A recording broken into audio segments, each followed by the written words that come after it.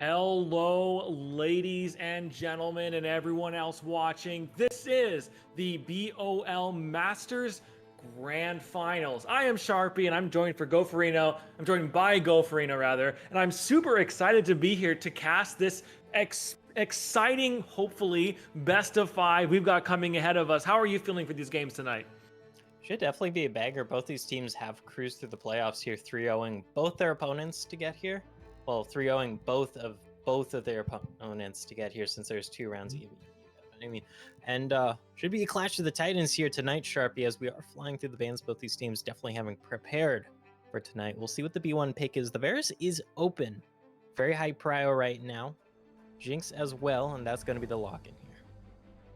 Jinx going to be locked in. Not too much of a surprise to see that one go down. We'll have to see what they want to respond with. They could pick an AD carry. The Varus is available. The potential Xayah Rakan angle is available. Or maybe you lock the Senna Tahm Kench. That is another bot lane that is available. But right now they are hovering that Zoe, which is very much not in the meta at all. They're going to pivot last second though and pick up a lot more of a stock standard Orianna for the mid lane, paired along with, is that going to be a Smolder? Either one of those two champions, Smolder or Zeri, could definitely work here.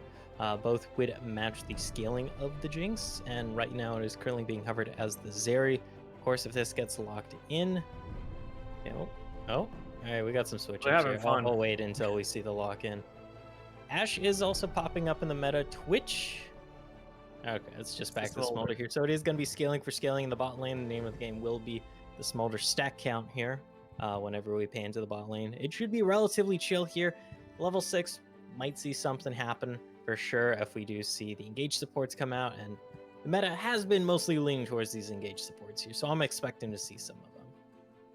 Yep, would not be surprised to see like a Rakan, see a Nautilus, which has been very strong. Maybe you get funky with it and go for a Blitzcrank angle. They've got no time left though. They're gonna pick up. It looks like it's going to be the experiment from Zon, Zachary, picked up, probably for the jungle, although it could flex to top side. Yeah, we've been mostly seeing on the top side, at least in pro play here. I can't speak from Blue Water Masters League because I haven't been able to see all the games here. But I'm going to be locked in as well. It's not exactly hard countering anything we see in the enemy team right now. However, just given more protection for that Jinx, the Janna gonna actually be locked in here. That is a very strong counter to the Zac, especially if you're just able to quick tap the Q Tornado. You're able to stop most of Zac's engages, really, and if nothing else, you have the Monsoon on your ultimate as a very easy knockback, and that's a great way to stuff the Zac from really just engaging on your backline here. Yeah, it's going to be really good to add some peel for these. I mean, Smolder isn't exactly immobile because he can run and kind of fly a little bit quicker. He has that little temporary movement speed steroid, but at the end of the day, doesn't have a lot of tools to get away from a Zachary. So Janna is going to provide a nice amount of peel, and also is going to be a ranged enchanter up against a melee support, which gives them a little bit more control in that bot side to allow Smolder to get those stacks a bit more safely. Bans are coming down, and now they're targeting the jungle out. They're going to be expecting that Zac to be going into the top side. Kendrick going to be taken away, and the Wukong taken away as well. Let's see what the last ban is going to be. Vi's off the table. Would not be surprised to see Xin Zhao dropped or picked up, because that's going to be one of your other kind of premier junglers that still exist that have not yet been taken away.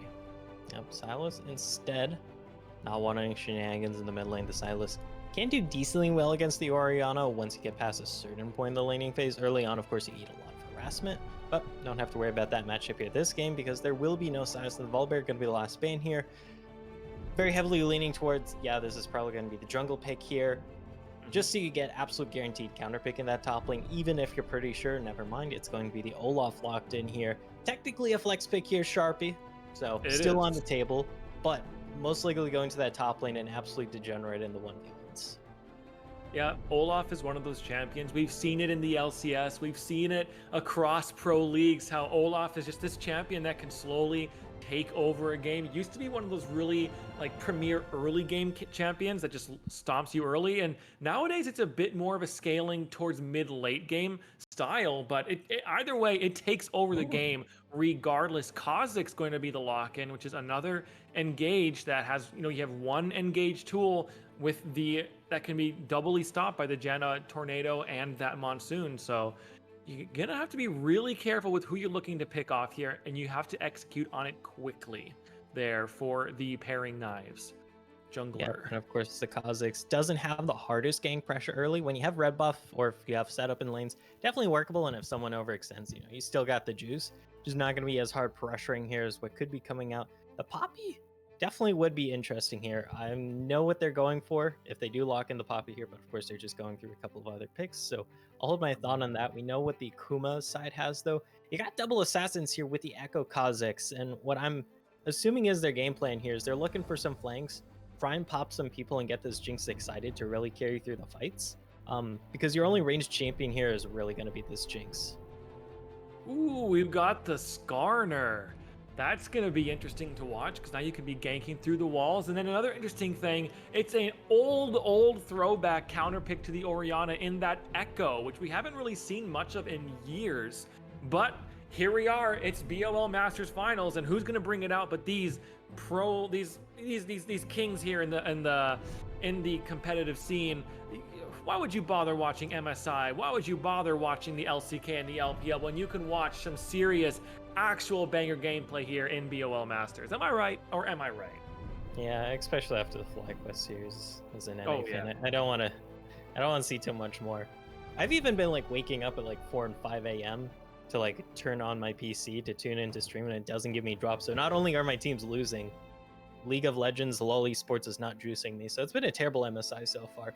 Unlike Blue Water Masters League, this game number 1 already shaping up to be interesting because, like you mentioned, Echo, not something we've seen in a while. Kha'Zix, you've probably seen him in solo queue, in comp 5v5. Not so much, really. I will say, I did throw down, I'm going to pull up my op.gg here, because I did throw one down just the other night, and I had a pretty nice 10-1-4 scoreline there in a ranked flex game in Emerald. So, we can win these. But we'll have to see if the pairing knives can duplicate that level of finesse that I brought to my flex team in that Kha'Zix performance. Pressure's on, man. Pressure is on. That is true, yeah. That, and also you're having to operate double assassins into a Janna, and then there's also a Skarner to deny you. Because if you go into that and impale here as an assassin, it is going to really, really suck here as the Akuma pairing knives. And if your assassins aren't able to get the juice down, it's completely on this Jinxie on the bot lane. And if it's not softened up and this Jinx can't get through the Skarner Olaf just charging at him, things can go south here for the Akuma pairing knives pretty quickly if they're not able to engage, and there happens to be a Janna in their way. It's going to be, I like the Dorado comp a lot more. It's a lot more straightforward. You've got some really good scaling out of the Smolder and the Olaf. Garner just has so much presence across the map because walls don't exist for that beastie boy. And so, but Omega, the pairing knives, they can snowball this game. I think they can. So at the end of the day, I think the Dorado comp is just a lot more stock standard. It's a lot safer. It's a lot easier to execute on though. So I do give them an edge in this one. But yeah. Oh, I'm getting notes from chat that the sides are wrong. Is this the case? Oh yeah, the pairing knives are on the red side. We have the logo stuff. Wait, let me check the pro draft. Let's find out. Dorado Gaming is blue side, Omega Kuming pairing knives are on the red side according to the draft wall. Okay, so the pairing knives 1 draft. We're gonna swap it up then. Pairing knives 1 draft. Dorado's getting real spicy with it. Okay. There we go. Now we're fixed. Thank you, production. Best production. And right. can we Fraud is get asking us to flame Bully. Yeah, this was Bully's fault, so I want to see a spam of heck Bully in the chat. Thank you. Sir. Gotta be about it, guys. All right, I think with that, we're going to head to a quick break for the spectator delay. And we will be back shortly when we're ready for Game 1 of the BOL Finals. We will see you all very shortly.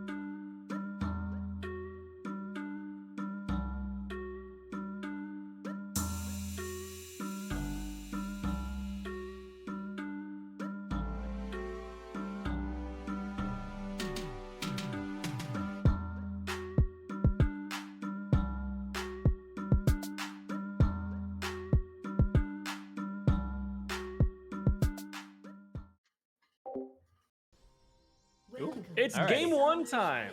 It is game one time. Let's hop right into this one. We've got this funny little invade going on topside.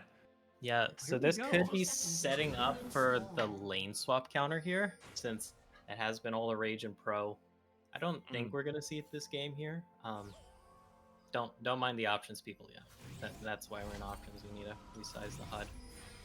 Would definitely be kind of funny if we had the map at that large of a size. Just joking, but it'd lose the funniness real quick. HTK. Yeah. Gonna find Carino here. Hello, Jinx. Minions have spawned. All right, the lane swap is going down so far. Jinx is up there, but maybe they spot it out and call the bluff and head back down. Jinx is kind of pathing back.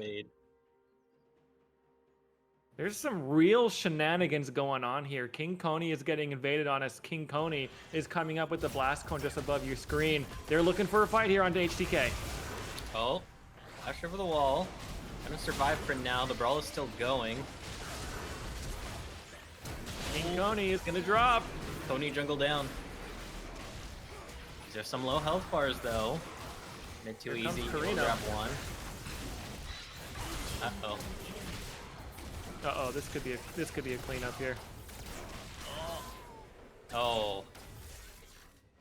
Oh, that's one hell of a way to start off this series here. Dorado Gaming coming out on top. 3-3, but they also get first blood here. They're going to be able to put Coney jungle behind here by the looks of it. Although Xiao Huangren having to start pretty late themselves here as the Kha'Zix, as they did go down. Both these junglers not going to be enjoying it too much here, having to solo clear, but this is also season 2024 jungle. Oh, This is true. Yeah, it's going to put Kerrigan really far ahead there in the mid lane. Picked up first blood, another kill on top of that. Got to pull off the recall as well and burn teleport, but Orianna burned TP as well. So that gives a lot of early gold over to the Echo, who picked up some Reeboks there and a Dark Seal. So nice things going on for Kerrigan there in the mid lane and getting some decent trades off as well early on. yep. As top side, we're getting dove. Oh, Oh boy, this is not going too this well. has gone wrong. Okay. Now Carino's gonna drop for On that. execute. Gives us kill. Yeah, kill over to the Skarner. Can Olaf stay alive? Double kill the Skarner. Let's see if King Coney can keep the fight going here on to Marcotte on the Braum, who's Does have probably flash. there's level 3 thanks to the minions.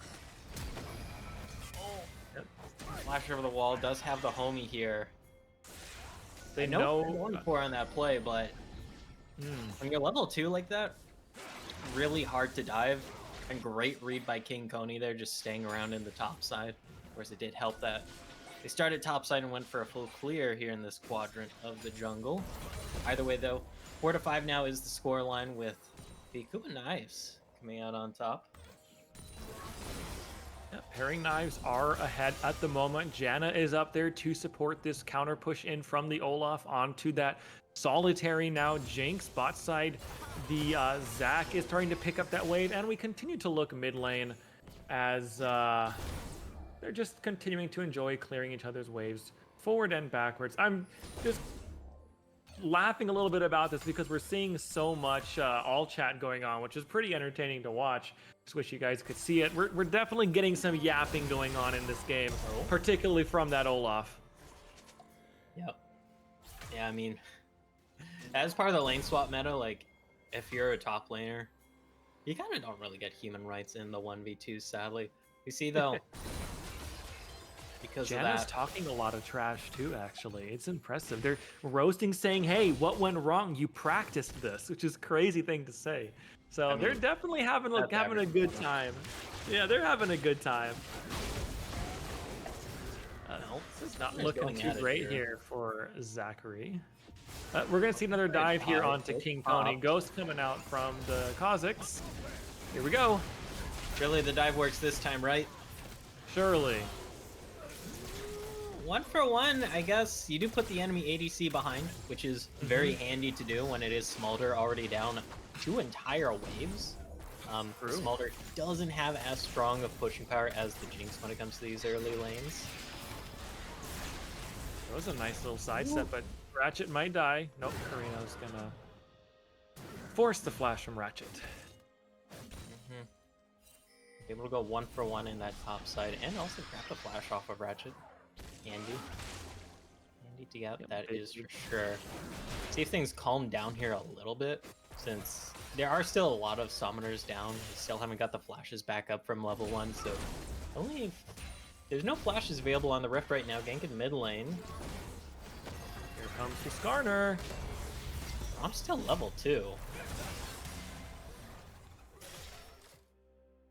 Echo's gonna use that Q slow to get them both out of there. But yeah, the Brahma's level 2, which is very concerning. It's gonna put you pretty far behind. Now, sure, the Jinx is up a level because of that, but a support who's down 2 levels, especially a Braum, is just gonna make things really difficult for you because you don't have that nearly as beefy of a support frontline to deal with, you know, the likes of that Skarner and that Olaf. So good luck. You're gonna have to hope that the Zac can peel well for you, who is already as well down 10 CS and is not very strong at the moment.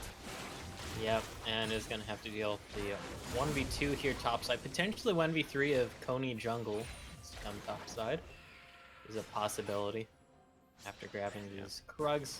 Not quite level 6, or doesn't have the Impale. Still looking here anyways that it would be a 3v1, and it looks like the Zen does not have passive backup. They're gonna get pinned in their own jungle here.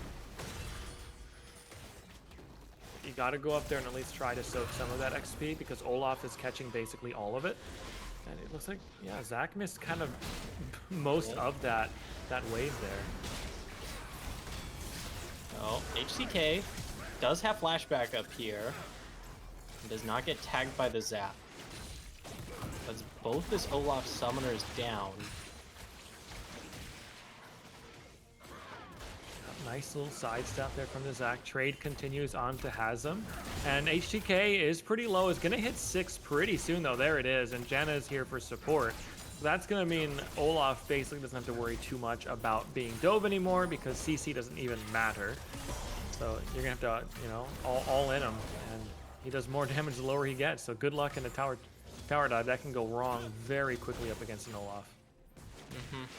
Yeah, of course, though. Olaf, when you pop the Ragnarok, you do lose the bonus resist, so it does make it easier in that sense, at the very least. True. Zachary's going in. Carry here, in a bit of danger. Dragon has been secured by Kha'Zix. I'm not going to attempt the name because my Mandarin is not good again. Is not good enough. So that means little... Oh.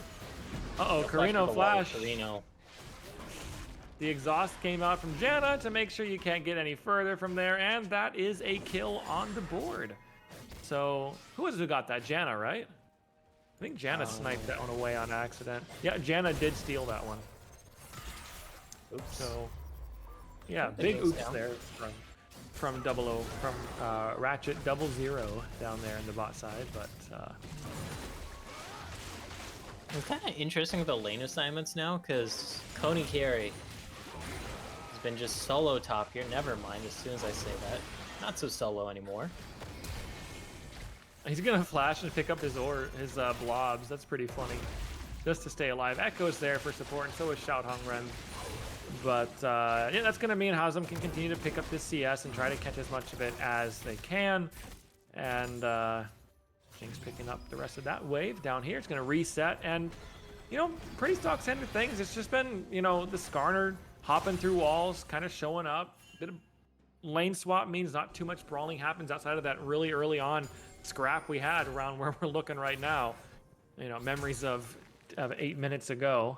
But yeah, it's been a pretty stock standard, you know, lane swap game where not too much action happens outside of that, besides a couple of tower dives that kind of went, you know, pretty even, where they each got a kill on the board or two. And now we approach that 10-minute mark, though, where the grubs start to spawn up. They'll be spawning here in about 5 seconds. Dragon 1 has been taken by Dorado, and second one will be spawning as well in about 3 minutes. So there's a lot of time for them to contest over these grubbies if they want to. Mid prio is kind of back and forth. It's not really clear who's got it. Uh-oh. This is 100% a kill. Oh. Oh my goodness. Goodbye, Carino got to play the game. Carino is, you know, it's League of Legends, and you play League of Legends to play the game. Unfortunately, Carino, you know, we were talking about this in the pregame, that we could sub somebody out to be a caster and one of us step in. I was kind of bantering about that in the chat, and that Carino got a little taste of it. Just got to sit there and watch, and you know, have the opportunity to see how we as casters feel, just to, you know, have no control over your character, no control over anything that's going on, and you know, that was the Jinx experience up against a Skarner. So hope it was fun. Arcote, you gotta be careful here. Grubs have been started. Double TPs coming out as well. Carino's We'll see ghosting. what the test is. Out. Not gonna guarantee survival, interestingly enough. What are happening to the Grubs? There's still one left here.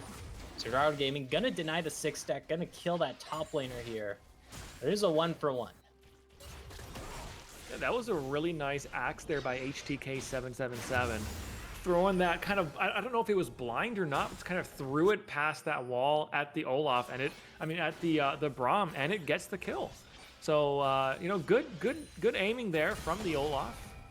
And either way, the two Grubs are going to go over back to Dorado. So it's 4-2, which means the pairing knives are going to get those little Void Grubs if they can get close to towers. The HTK has been caught. Has no ulti here. Nope. They're diving this. That's really risky dive here. Yeah, I'm surprised an extra auto attack didn't land there onto HDK, because it looked like they're gonna get stunned there just a little bit before their turn, but no auto attack came out. Kerrigan in a bit of danger here, has no mana. Oh boy. That was really close to Kerrigan dropping. Zhao Rongren is gonna have to jump out of there as well to get away from the Skarner and the Janna. Now Jinx is gonna be in trouble. She's gonna get dove down here. Here we go. Here comes the dive. Yeah. I mean, homie gotta play League of Legends here. Yep. It's like, Good yeah, luck. it's a lonesome Jinx on the bot side. There's 3 of you. You heroically just take nothing from the turret. Now, Yeah. the really nice thing for this Smolder is that literally nothing has been happening. Smolder has been allowed to sit bot side for like the past 8 minutes straight, and has been stacking up those passive stacks. I'm gonna do a quick little check in on just what we're looking at here. Is already sitting on 100 stacks. Popped by Xiao Huangren. Oh, Goodbye, Olaf. buff. Yep, has the first item complete. That is a nice little chunk of lethality. Mm-hmm. Push into the jungle here.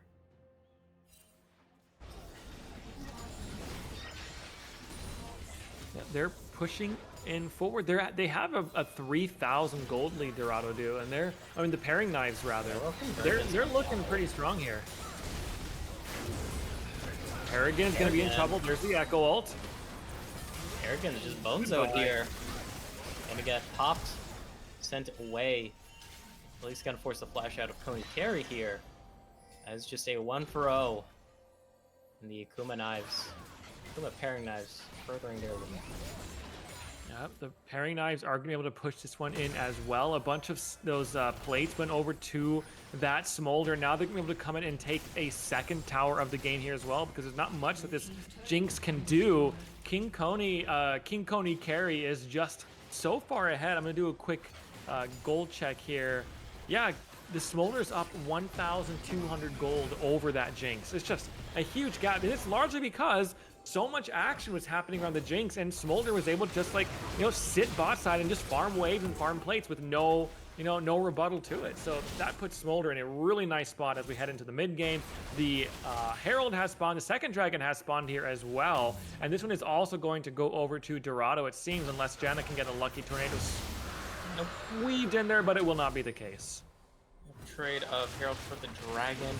Coney jungle wants to. They Kuda path top here to look to force the issue. Of course, this is an Olaf with that Strikebreaker completed. Pop a Ragnarok here. Here we go. Yep. Flash on out. Off the passive. Should be an easy cleanup here. Oh, the teleport. Oh, That's just and they gonna still be a drop. drop. Okay. So Ori's gonna stop Echo's teleport there as well, which is probably a mistake. because Olaf had the ultimate channeling and probably could have just ran down the Echo as well. So Kerrigan saying, thank you, Orianna, for saving me from death by Olaf. Looking to grab the top inner here. The Herald and Grubbies. But this is a very low health HTK. Yep, Okay, that's one Carino picking up a kill. Carino. And King Coney is getting locked up here as well. Oh, a double Skarner ultimate is going to help a little bit. Teleport going to be coming out from the Zachary to try to continue the chase here. Oh, the slow didn't quite Carino's connect. autoing the Gromp.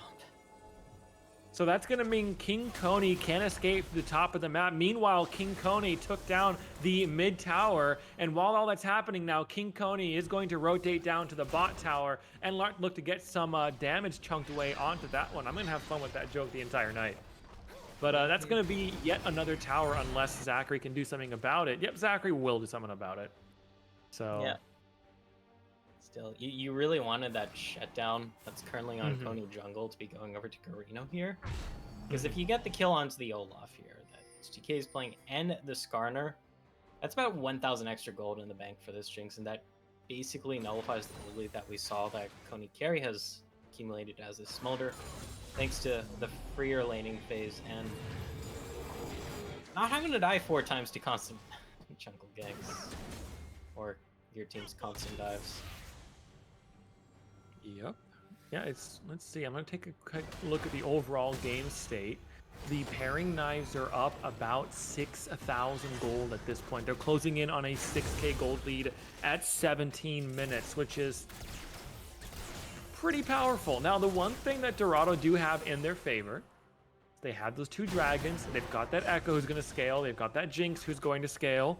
So, you know, you've got some avenues to get in this game. You can stall out for a while and give over 15 minutes worth of dragons over to the pairing knives without giving over a soul. So you've got some time to sit and farm if you can turtle out correctly. The problem is Baron will be spawning in about 150 seconds. And so you need to have a plan of action for that, because a 6,000 gold lead gives you a lot of cryo onto that big purple worm, as mid 2 easy is going to be in trouble here. Shockwave, already sussing this out a little.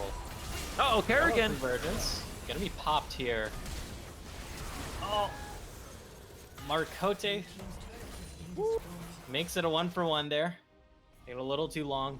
Great shockwave by mid 2 easy there. Just get an initial chunk on it down and make sure Kerrigan has to pop out of there very quickly. And right now on the opposite side of the map, of course, pairing knives pressuring inhibitor turret here. 18 minutes and won't be able to get the inhibitor. The fact that the base is cracked wide open like a cold one with the boys does mean it's gonna be a lot less forgiving for Dorado Gaming next time they make a. Yeah, especially now with that Baron angle open. If you throw a fight at that Baron, there is an easy opportunity for them to just rotate through that bot lane. They don't even have a tower to worry about. Go straight towards an inhibit. Here comes trouble for the Braum. Well, for now, gonna stop them off. Everybody does get out here from Dorado Gaming Gamma for now. HTK does have the ghost pop. One more W. One more fade away. I'll lock down that kill there. Does cost a lot, but it's not like you give anything in return here. That's just going to let you further your control over river and jungle for this upcoming dragon. Keep on pressuring things on down. Yeah, that was the second snipe kind of blind over the wall from that Olaf, landing a kill yet again onto Marcotte on the Braum.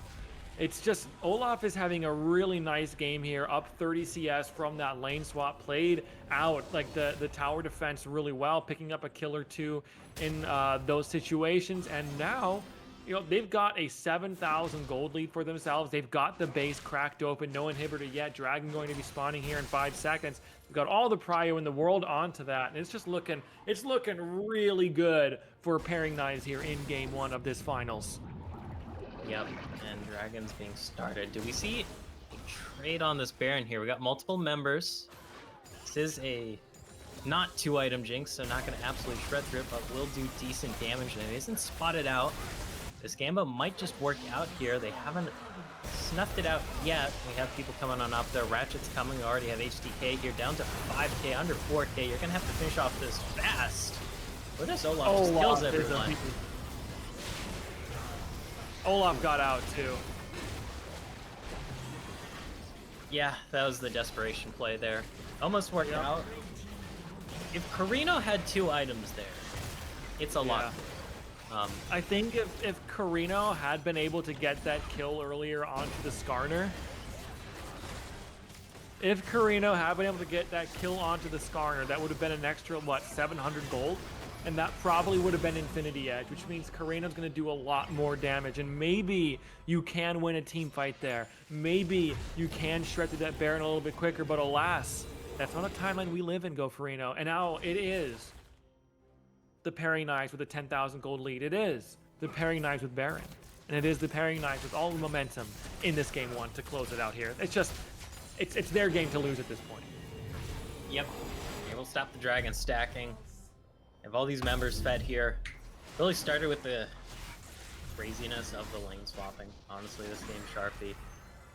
Dorado Gaming, they tried to go for those early dives and they weren't able to get any real pressure off of that. That first dive just so catastrophic there. And can I make matters worse for you? I'm peeking in at Smolder. Smolder's at 215 stacks. So we're 10 away from Exodia Smolder. It's basically a wave and a half. If Smolder gets them all. Nope. Big shockwave. That is 2 ultis down.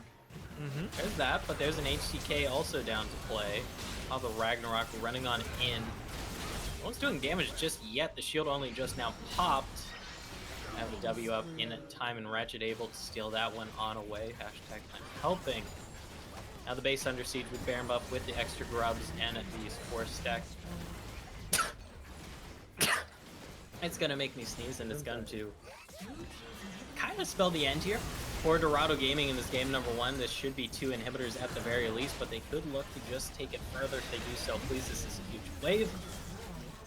Only just getting all 5 back on the map right now. And you're still very strong. Might be playing it a little too close here, but this first tower already going down. The Impale only gonna hit 1 here, Sharpie. What can turret do? That's 1 down. 2. Echo. 1.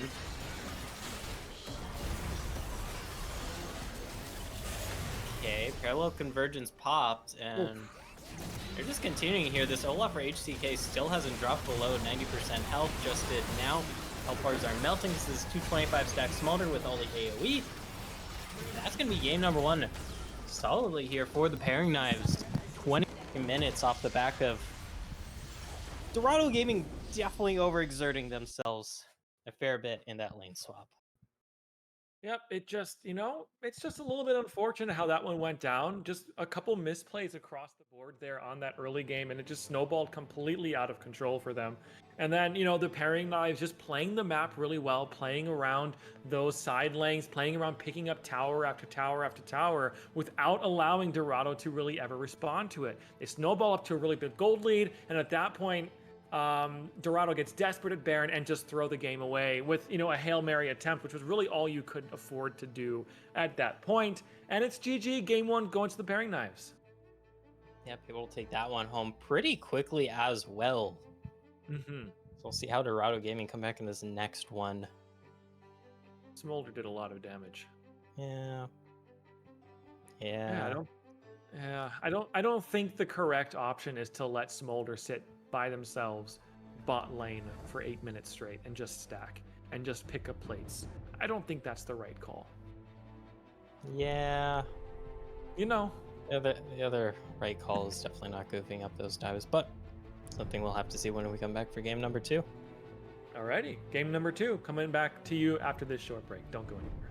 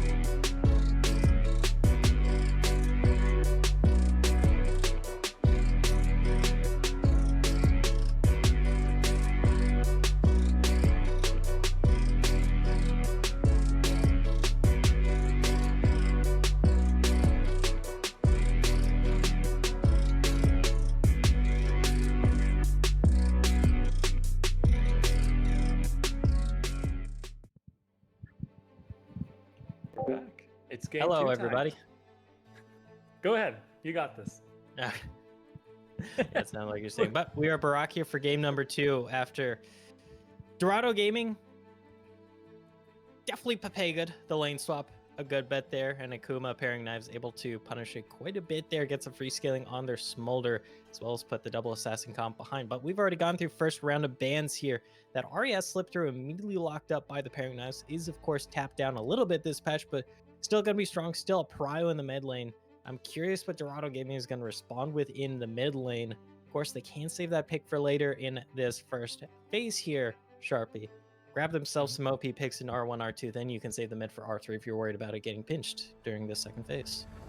That is true. Zeri is going to be the initial response, and we'll see if they pair it with the likes of a Lulu, which would be probably what you want to lock in for yourself. Otherwise, you know, pairing knives could go and take a Jinx Lulu or a Kog'Maw Lulu or something like that for themselves. So I would not be surprised to see a Lulu locked in, or maybe another Janna. We'll have to see what they want to go with. But it's going to be the Viego. Interesting. Viego has been going up in prio these past few patches, interestingly enough. I'm not exactly sure why. I mean, I know he clears well, can team fight well once he gets the snowballing going. I don't know how well he does, though, in the face of course, the lane swap meta. We do see that coming out this game because that is kind of the talk of the town this past patch and a half, or patch or two here, Sharpie.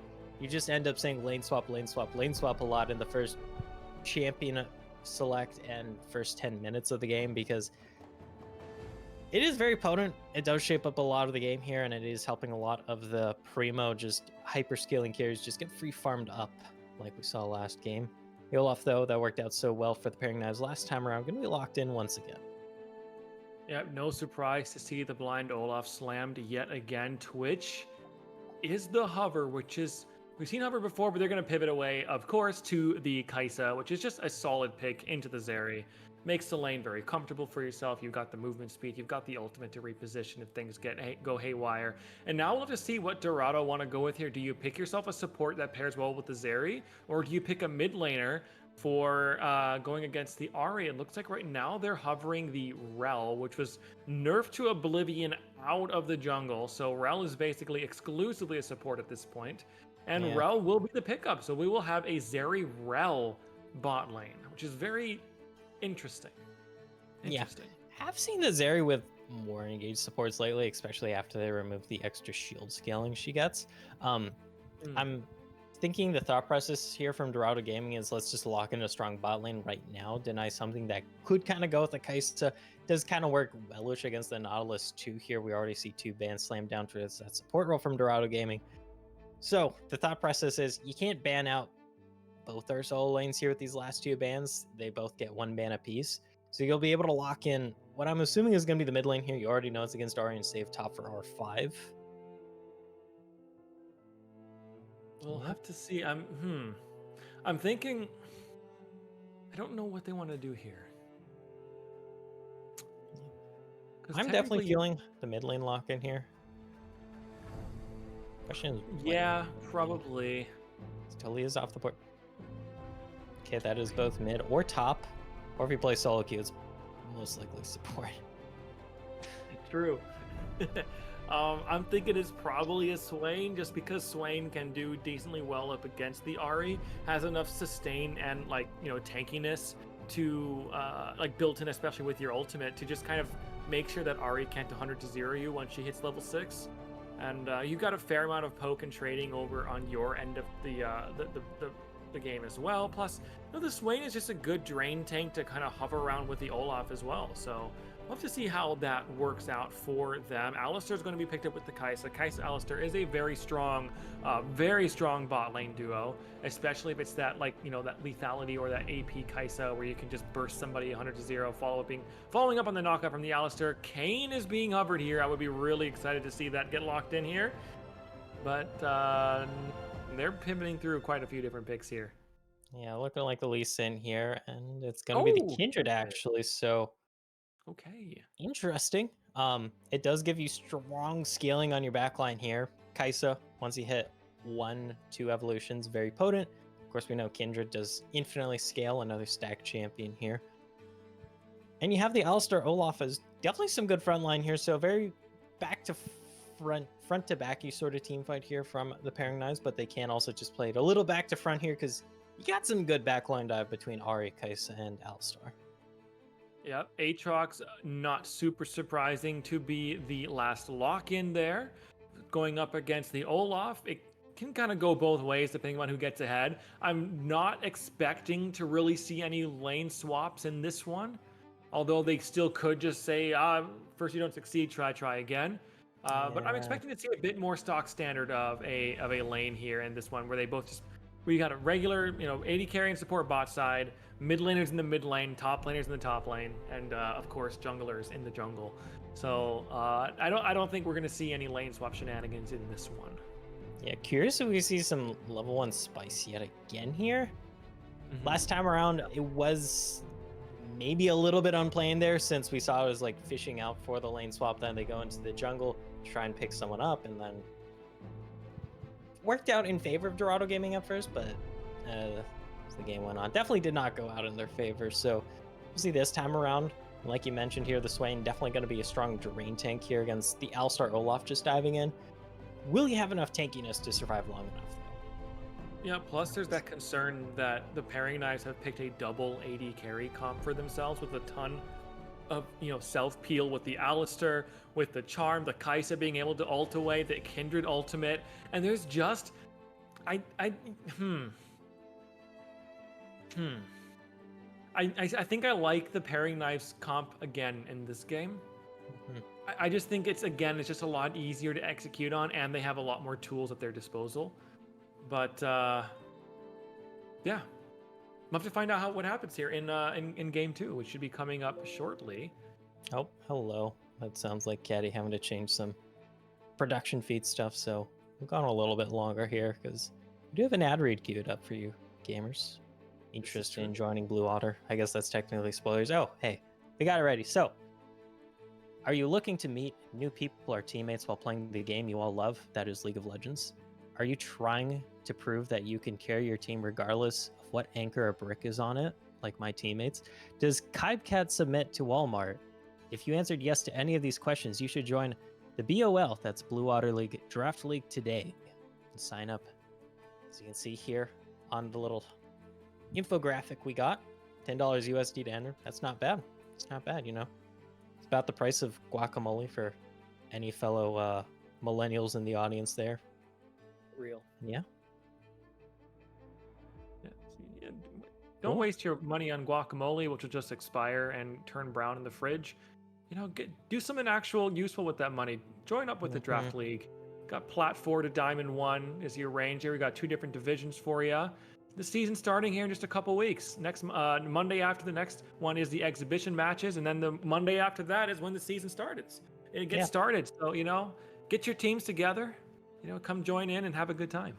Yeah, and unlike Clash, it won't constantly crash and break. Real. So there's You're that. real for that too. Yeah. So yeah, join on in. Have the graphic up here on the screen for a little bit longer, but we'll catch every gamer in the audience on the flip side here when we are into game number 2, because it is currently spectator delay, so don't go anywhere unless you're going to the sign up link for this, which I assume is posted in chat. That's what I was going to say. We've got this spectator delay that we're going to be going into, so we're going to go into a production break here shortly. Use that time to go and sign up, because like the graphic says, signups are live. So be about it, guys. Get in there.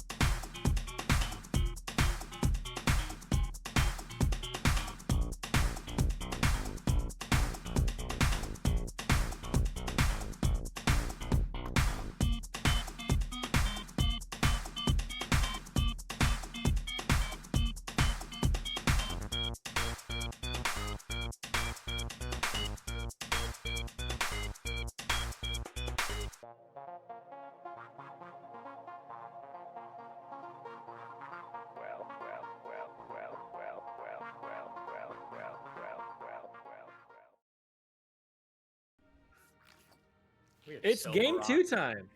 Oh. I was We waiting for keep you to speaking start, over and it each sounds like other. you're waiting for me to start. We need to coordinate this before the game. We need to be doing a little bit better, but that's okay. Either way, we're into game 2, everybody, and looks like the pairing knives are grouping up there in the top jungle, looking for some more shenanigans. Mm-hmm. Could potentially catch out someone here. Hazem currently staying in the brush. And Xiaohuang Green should be able to spot this. I do like that hop over by Coney Jungle there. Everybody's recalling. Cat, if we can get a vision toggle here, I'm just curious if they saw Xiaohuang Green there. Never mind. They did drop the word, though, on that red buff to track where this Viego is. Yeah, they did get the ward in there, so vision advantage going over in favor of the pairing knives. They're going to know probably where Xiao Hongren is starting. Aatrox throwing his sword around to show like what it does, and Olaf going to throw an axe back to say, this is what my ability does, just to, refresh your memory a little bit on what our kits kind of do. So refreshers have been thrown down for HTK and Hasm, and they're ready to game now. Yeah. Wondering if they saw that counter ward that was placed by Hazem on the red. HTK looking for something here. Keep in mind, as Hazem, if you're not able to land these sweet spots level 1, it is rough into the Olaf. Thankfully, it is level 1, and the minions able to do a fatty chunk off this Viking warrior. There we go. Sorry, my headphones disconnected for a second. I had to reconnect them. Yeah, this is why you don't wear headphones and then just get constantly paranoid about your mic picking up stuff. True. And Ghost hasn't popped. HEK is getting pretty low, but they're going in for the dive onto Hasm as well, who's going to flash away. Axe is going to get thrown there under the tower, and Hasm on the Aatrox will survive it, but that's a trade of Flash and Ghost there in the top side. Some early skirmishes going down there for HTK and Hasm. We see the dive going on the bot side as well. Double knockup from the Alistar. Ignite hasn't popped. Ghost from King Coney there as well. So we're seeing a lot of level 2 fights going on here. Top side happens, bot side happens, and mid lane, they're just throwing spells at each other and, being content to farm. So a little bit less exciting there in the mid lane, but early scraps happening right away. We see another... No, we're not going to see anything really further than that. I'd honestly be kind of concerned if we don't see the top laner scrapping here, because if you're playing passively as an Olaf in lane, that's a bit of a no-bueno. You want to be up in their face, you want to abuse your turbo obnoxious early laning phase here to just threaten kills and just force out sums very easily. We saw that with the flash there, so there'll be more scuffling there on the top side. That's for damn sure, especially with these junglers both in the area. We do have that one word in Dry here that was placed by HDK, so that would spot Xiaohuang Ren if they come through that path. But Zem, here comes King Tony. No flash on the Aatrox either, so that's going to be most likely the kill given over. Yes, it will. First blood gonna go over to the Olaf in the top side. That early aggression there with the Ghost, like you were saying, trading away that combat summoner away from the Aatrox means that they cannot dash away. King Coney with the slow and secures that kill for the Olaf. Just a great series of aggression there for Olaf to get a lead topside right away in game 2. And it's game 2 so far is in favor yet again for those pairing knives. And if things continue how they've started, they're looking to poise themselves up for a match point if they can get themselves there. Of course, though, it is only just hitting 4 minutes into the game now. It is only that one kill here and some small CS leads in some of these lanes here, so it's technically in their favor. We have a bot lane game maybe shaping up here. It would be very hard. Okay, yeah. We already see Xiaohuang Ren backing away. It is hard to dive this level 3 because Alistar knockback, Alistar knock up. I want to have that under turret and Hazem. Oh man. A lot of damage there from King Coney and HTK 777. It's not going to be a fun laning phase for Hazem now, who lost half the health and has already burned the teleport. That Q is going to be just too short. Probably about long enough to scratch out in the back. Flash in, though. Ignite going to be used there as well. Karino's going to be forced to flash and ghost away. So much damage being pumped out there onto that Zeri, who's going to be able to walk away with about 400 health left. But a nice little engage there from the Alistar. Loses both sums, but that's going to be both combat sums gone from Karino as well, which you know what's going to happen. Kai'Sa's going to hit level 6 here in about 2 minutes, and that's going to be a completely immobile. HTK, though, has that shield popped up, and here comes Xiaohuang Ren. as we're gonna take a look bot side. HK's gonna try to run away from it to see if the Olaf can do anything to get away. I highly doubt it though. That's gonna be the kill taken away by Xiao Hongren, and kill going back in favor top side. So we're back even top lane.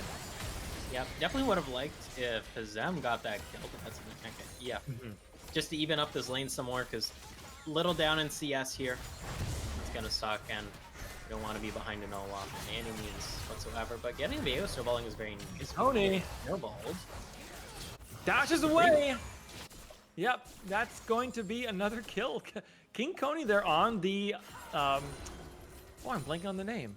Kindred. There we go. Coney on the Kindred just drops under tower. And now HDK has popped a ghost, is looking for a 1v2. We're going to take a quick peek outside before we go back up top. Ari is diving. Olaf has taken a kill. Ari and Kaiser are going to secure a kill. Ari going to dash in with that Spirit Rush. Let's see if they're going to go in for theirs number 2. And here's Spirit Rush number 3. Mid too easy indeed. HDK in the top lane is going to pick up a second kill here as well. That is a 1v2 double kill for HDK 777 in the top side.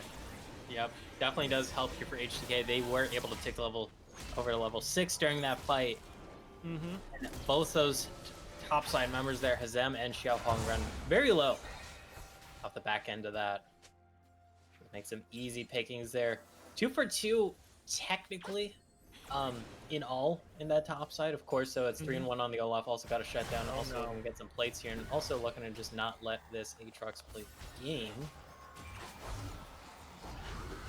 See what they can do about this. Olaf's gonna pop the ult again. See if they want to go for the dive. Xiao Hongren is very low. CC is gonna pull the Olaf back in, but it's not gonna pull it quite in tower range. Swain is hero with the ultimate. HDK has lost that ultimate, and the second one is going to drop there as well. Aatrox picks up one, Swain picks up one, and this is just a story that we've seen earlier, just a couple minutes ago. The top lane and jungler just stick around in that lane too long and give over 2 kills to Olaf. And then at the flip side, they stick around too long top side. Kindred and Olaf do and give over 2 kills right back. So it's just a story of hanging around too long when you shouldn't be, and just kills being traded back and forth. And the gold is just 500 in difference. So yeah, this game is really shaping up to be quite the banger early game. Quite a bit of aggression back and forth. It's been fun to watch so far. Yep. Right now, name of the game is the Grubbies here. 3 members right now. Kindred 4. Coney jungle was bot side. Carino. Oh no, here comes the ultimate. Big knock up there from the Alistair. Carino's trying to run away from this, but the Kai'Sa is just too fast. The knockback, or the knockup stun rather, from whatever that W stun is called there, from the Alistair secures the final tick of CC onto Carino. Kill given over to King Coney, carry in the bot lane, and Kai'Sa's picking up some more plates. Kai'Sa's picking up another kill. Kai'Sa's up 20 CS as well. This is a very strong Void. I don't know what she is. She emerged from the Void, but isn't from it. Whatever she is, she's very strong right now. Yeah, she's Caston's daughter. Just a regular lives in the Void. And technically doesn't get powers. It's all the suit around her. This is true. And there's a really weird disconnect, because it's like she lived in like the Lovecraftian horror universe of League. I think that's what the Void is currently in the lore. And somehow comes out with flawless makeup.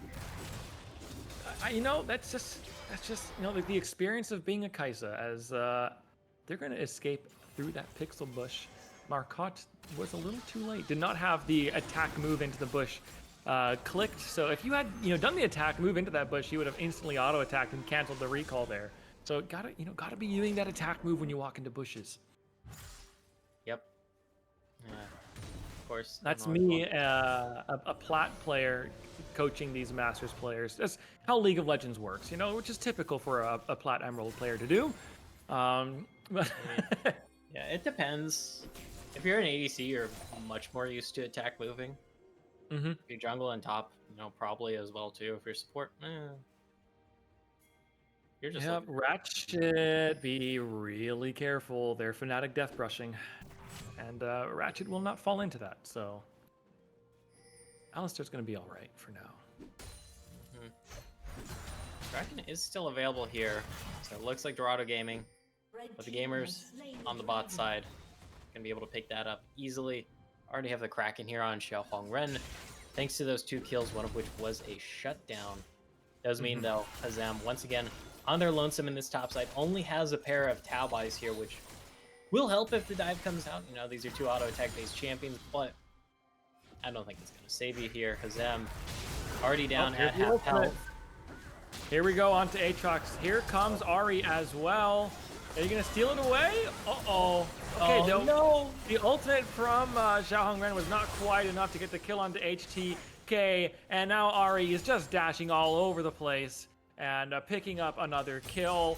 Xiao Hongren, that was really close to killing off the Olaf, but just a hair short. If you'd gotten a lucky crit in there, maybe you would have gotten the kill and that fight would have gone completely differently, but that's just the RNG that you opt into when you purchase crit. So, you know, you chose this. I don't think Xiao Hongren was able to get an auto attack there. They popped the ultimate. Wasn't enough to finish off the kill. And then HTK was already flashed on out of there. Tragic. Had you been able to get that reset there, maybe something happens there? Didn't see where Kerrigan A was. big ultimate, though. A lot of CC down onto both of them. King Coney is going to use that ultimate to get away, and the flash as well. Ratchet's going to get CC'd up there by the Viego. Does not have the ultimate available anymore. That's going to be Alistair dropping in a first kill handed over to Carino on the Zeri. Did have to spend the flash and ghost to secure that kill, but it's a kill taken nonetheless. King Coney had to burn the flash and ultimate as well, but still has the ghost available, which is going to be nice for that laning phase. HTK is just living their best life in the top side. Hazam catch-up break challenge. HTK messed up there, by the way. Did not quite pick up that axe, so does not have another axe to throw. That Yeah, that was a big mistake there. Yeah. It's Olaf, too. Like, the name of your game is, like, literally just running down people and picking up axes. Oh, on the flip side, though, Carino's in trouble. Big dive coming through. Teleport going to be coming out of the Swain as well. Let's see if King Coney can get out there. He's going to go. Auto attack. Carino's still alive over there. Let's see if Ari can look for it. There's going to be one kill taken over there by the Ari. They're dashing flash over to the wall. Here comes Carino. That's a double kill. Charmer's going to go just wide. Kerrigan is looking for it, but not really, like you're saying, no mana and 2 ultimate stacks. Naka's going to come away from the Alistair to get away. Let's see if the last ult stack will get it. Charm's going to go through, and there's another kill, but the ultimate stacks have Beast to move forward. Kerrigan is pretty low, has the movement speed from the Scuttle Crab for now. Let's see if Mid 2 Easy can get the chase on W to move forward quickly. Mid 2 Easy is dominating on that Ari. 6-0 and 2 absolutely popping off here. Had Kerrigan's name not been David Freak Turley, maybe that would have been different. They would have been able to use some spells there to finish off some gamers. That is not the case. And we're going to have a 2v2 on the top side. Make that a 3v2. Oh my goodness, this Olaf is very, very strong. It's just with Tiamat too, by the way. Yeah. Like, this game has quickly fallen out of control. It's snowballed up to a 5,000 gold lead for those pairing knives there on the blue side. They're taking over a couple of these grublings as well, just to secure 3 apiece to make sure that Dorado won't be getting extra little grublings when they push forward towards the towers. HTK gonna crash a wave there as well. Dragon gonna be spawning in a minute 15, so I'm guessing they're gonna want to start posturing to get some vision and control around that, while HTK chills up here in the top lane, taking away some more plates. Yep. And that's 4 plates here for the Olaf. I don't know how many were solo, how many were shared, but either way, just do the Vector 4, 2, and 2. Have the CS lead. I'll hold that thought because we have a fight not shaping up in the back line. Back lane, so I'll go back to that thought. You're very far ahead as the solo. That's the rest of the thought. This is true. Now, can't argue with that reasoning. Ari might be in a little bit of trouble here, but does have the ultimate to get out whenever you want. Does ult away. Here we might see a dive coming back in. Kaisa can ult right under that tower. The Zeri is going to pop the ultimate as well, but the Alistair is just so tanky, tanking up the tower shot after shot after shot, but Ali says it's okay, I've got this ultimate, I can hit my R key, and your tower is meaningless to me. Dive is successful, and that's another 2 kills over, 1 apiece to the Ari, and 1 to King Coney carry on the Kaisa.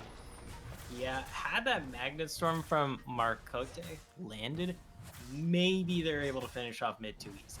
Get the shutdown and makes that it a 1 for 2 in the end. And that's kind of close because there's a 700-year-old shutdown now. On Mid too easy. That is 1,000 gold for the kill. 3 and something kills. Yeah, that's a lot of money there sitting on Ari's back. Olaf is just going in for the trade. 1v2 here up against the... Oh, that is some good damage there out of the Viego. Gonna pick up that kill there with the Heartsbreaker ultimate, I think it's Marcote called. in danger here. Has a nice jump away. He's gonna flash over the wall, so that's gonna be Rel surviving. Wasn't super worried about a Kindred. Did pop the Ghost though, so... mid too easy. It's gonna nice little sidestep there. Does take a tower shot for it, but Charm is gonna get. Oh, so the sidesteps are smooth. They've got their suede boots on there in the mid lane, just smoothly sidestepping each other's abilities. I think as though there is literally a Lich Bane between these two mid laners right now, so Yeah, quite a bit of damage. yeah, you can see the damage piling up there. It does help that the Prey Seeker landed. That's a bit of extra juice in the tank. This mid lane turret standing up for one Lich Bane, an extra auto. It's even more golden. Another tower dropped. And this is kind of a repeat of what we saw last game. It was kind of skirmishy for the first, 10, 12 minutes or so, and then the fight started to break out, and the pairing knives just started to pick up towers all over the place. They picked up 2 already. They're pinging towards the top side. They're going to take the Rift Herald and probably move up towards top lane to take that 3rd tower, which is really low. Olaf sitting in the bot lane, going to be pushing in towards that bot inner tower as well, while the rest of the team is chilling over here, taking down that big old Rift Herald. HTK popping the ultimate. Here we go. Oh, the flash was thumbs up. Yep, that was well played. The flash of all time. The Ragnarok's down. Okay. Still worried there'd be enough burst damage in the tank there. Them. Yep. Hazem, or is it Hazem or is it Hazem? So I've casted them before and we got flamed for saying Hazem, and it's apparently Hazem. But we also got flamed for that. But I got used to saying Hazem. I'm gonna go with Aatrox. So Aatrox, I'm gonna spare myself from being flamed by Twitch chat. Or actually, never mind. That's still a contentious one because some people, if your name is Last Shadow, Nick Dissacer LS, you will say it's Aatrox. And if you want to call it if you want to call it Aatrox or Aatrox, you can be wrong. But if I see anybody saying and trying to correct me that it's Aatrox, I will flame you back. So just fair warning. Fair warning. But either way, another 2 towers are going to drop top side, and we were snowballed up to 5,500 gold lead in favor of the pairing knives, which is about where we were in game 1, 2 minutes away from that Baron spawning. And Dorado, they need to try to find some way to crawl back into this game quickly, or else we might find ourselves in another situation where you have to start maybe looking to to Hail Mary a Baron and look to get lucky to get some gold back into your favor, because Olaf's going to be hard to beat in the side lane. Kai'Sa's going to be hard to catch. Ahri's going to be hard to catch. And it's very oppressive, the game state at the moment. Yeah. Like, you need more juice in the tank right now as Dorado Gaming, and this could definitely be the juice. 4v2. Olaf's going to get completely knocked down there. The pull is going to land onto Racket as well. That's 2 kills. That's gonna close the gold gap from 5,500 to 4,500. So they have gotten 1K in the bank in the correct direction. That's gonna give them a fair amount of control to push out these waves and kind of get some resets in, getting their wards set up to keep some eyes on that Baron. That's exactly what you need to do to get back into this game. Olaf is gonna be feeling really strong. Olaf's gonna be feeling a little bit cocky probably, especially after how game 1 went. So you can take advantage of that, and they did that right there. Yep, and that entire time, Hazem in that top side, just constantly split pushing, getting back some of the CS here and putting themselves at a lead in both levels and CS. I don't know about pure gold, but it's got to feel nice as the Aatrox here. You're able to reset in time too for this dragon coming up. You do, of course, have teleport. Looks like that's going to be the name of the game here, just answering the top side teleport when that dragon does happen here. Would be the second one for either of these teams that do get it. I mean, second dragon at 20 mins. You're not in threat of that soul anytime soon, so might not see the highest prio here, Sharpie. I don't expect to see these teams be fighting like it's their last chance to ever see a dragon ever again. But They're pushing out mid lane. Dorado is. Ratchet is there onto the pick. Here comes the teleport. Ratchet has him caught out. It's a big Swain ultimate at the moment, but that is a lot of damage. Marcotte has taken down one. The Kindred ultimate has been used. Reset. Marcotte is getting pretty low though. That's going to be one kill Two down. resets. Ren has taken another one there as well. Ratchet's going to drop there as well. That's a third reset. Charm going to land there onto the Swain, but it's not going to be enough damage. And Hazem is going to walk out of there, and that is a big fight in favor of Dorado. That's another one go 3-0, and they're down to a 3,500 gold deficit now. They've closed at 2K in the past 2 minutes. And it's largely off the back of Xiaohong Ren on that Viego, just getting reset after reset after reset, and a big engage as well from Marcotte. Yeah, and now Kerrigan has the Rylai's here in this fight. Well, that fight. That's so absolutely massive here, because this is a very low range in-your-face composition from the pairing knives. And you're just standing in that zone of suck there to get constantly Rylai'd on down. It makes it so hard to escape once you go in, or if you get even slightly caught out. That's so detrimental to Kai'Sa, that's so detrimental to Alistar. That's so detrimental to Olaf when that Ragnarok is down, but the Baron has been started here, is spotted out quite well. These bars of health very low thanks to the Baron, thanks to that Vision of an Empire. Does not get the full, so they could just turn around and take a Baron for themselves, because Baron knives are all really low. If they want to try for it. Baron decently quick clear with a 2 item Viego and 2.5 item Zeri. Looks like they might be looking for it. Because Olaf's on the top side has farmed up basically to get all the health back, so he's going to be back to close to full health and has the ultimate still available. This is risky. Kindred's back. I think you just go for a fight. Big catch there onto the Ahri. Who's going to be able to get away, though, for the moment? Let's see if they have the damage. Ahri is ticking and is going to survive. Another big blaster from HTK, though, is going to get 1 kill onto the Zeri. Chasing down for the other one to Marcotte. Marcotte has dropped to half health, down to a 3/4 of health. Down to just a sliver, has a double kill in favor of that Olaf. Another kill done to Viego as well. King Coney has been charmed, has gotten the charm follow-up there from mid to easy, and that is a 4-for-0 there. They stuck around way too long onto that Baron, and here comes HTK looking for that final kill, while the rest of the team is chucking away damage at that Baron. And that is going to be a Baron secured. It is another throw there at the Baron by Dorado, and now the pairing knives are right back into a 6,000 gold lead for themselves. Yeah, and there's still death timers here on the Dorado Gaming side, so they're able to get 2 inner turrets off of that as well. Such a huge jump in gold. And Dorado Gaming, I know what they're going for there. They're trying to do the Baron, force out an engage, and hopefully win it, but it took too long. Coney Jungle able to get back there in time. They split up. It means HTK just able to go into the back line there. Pop Carino, who had very low health, had no help aside from Marcotte, who was out of cooldowns. And then Kerrigan's ultimate popped when no one was within earshot, and that just goes out, so it's just such a disaster for Dorado, and they're gonna have to rekindle something here. Maybe look for a pick here, Sharpie, take one of these Baron buffs off, hopefully a solo laner, so you don't have to deal with that in a side lane.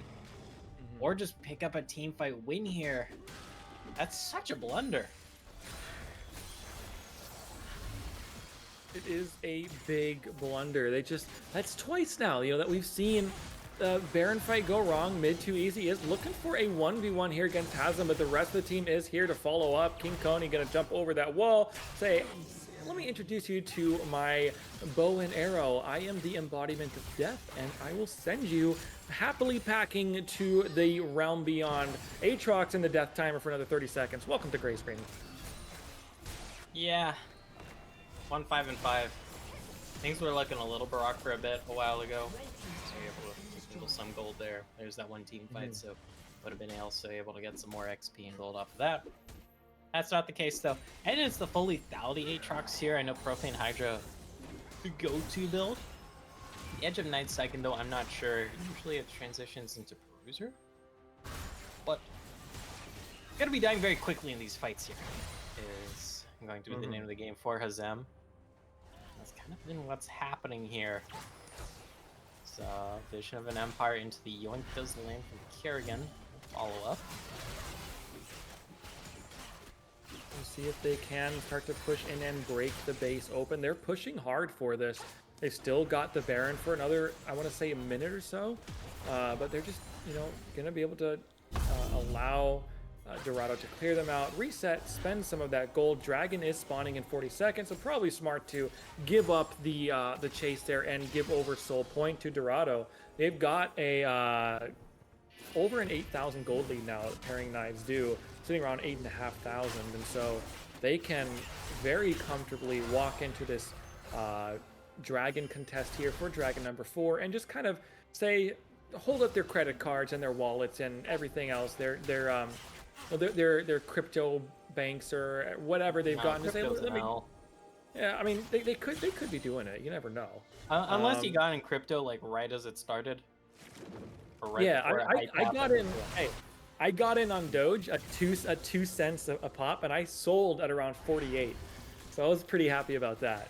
So anyway, this is not a crypto stream. This is a league stream, and pairing knives are going to take a second dragon for themselves. Yep. Still no worries about Soul here for another 9 minutes. I mean, not even 9 minutes, more like 9 minutes 40 seconds for either of these teams, really. Nice hold. Looks like Xiaohongren gonna be able to get on out of this one. I just want to shout out Ratchet00. Really nice build there, pivoting right into. Never mind, we're gonna have a fight here. Goodbye, Ari. Ari got caught. Just a little. Now Alistair has to try to run away. Charm. The Hex Flash did dodge the charm. That was pretty funny to see. Go up. The rest of the team is coming in. Ratchet is very tanky. Here comes that Kindred. Here comes Kaisa flying in as well. It's win 3v3. King Coney is getting really low. They're going to pop the ultimate. There's the ultimate right there. They're going to be able to chunk everybody really low. Let's see if Kaisa can clean it up. Kaisa's taken one. Let's see if Marcotte can get some more damage and CC down. That's Kaisa picking up another one. Here comes the Aatrox Kerrigan. It's gotten really low. Kaisa picks up the third one. Hassan is now flash forward though as the Alistair's going to hide in there. Oh, picked up the Alistair there, and it's a quadra kill for King Coney carry though, and it's just going to be Carino left there on that Zeri, recalling to come back and to see if they can do anything about this Zeri, who Kaisa rather, who is marching confidently into the base. Meanwhile, mid too easy on that Ari is teleporting into the bot line. It's a war on two fronts, and let's see if Carino can do anything about it. Pops the ult and try to get some damage out there. Big damage though from King Coney onto that mid too easy now on the bot lane, taking a tower as well. We've got action all over the map here, ladies and gentlemen, and that's going to be the first inhibitor going to be dropped here by mid too easy. No, it's not. Marcotte is going to be able to get the stop there. Yeah, Marcotte. Apparently, Marcotte is Italian. You can't say Marcotti. The super American accent. That's always a fun thing to do. Say like I'm going to put all my fingers together in like that Italian pointer thing every time I reference Marcotte. Marcotte. Yeah. Marcotte, playing the The way you pronounce the O, just you kind of have to do the Italian accent for it. Maybe it's just natural instinct. Would be funny though to do it in like the most Americanized accent ever, like the Marcotti. Marcotti.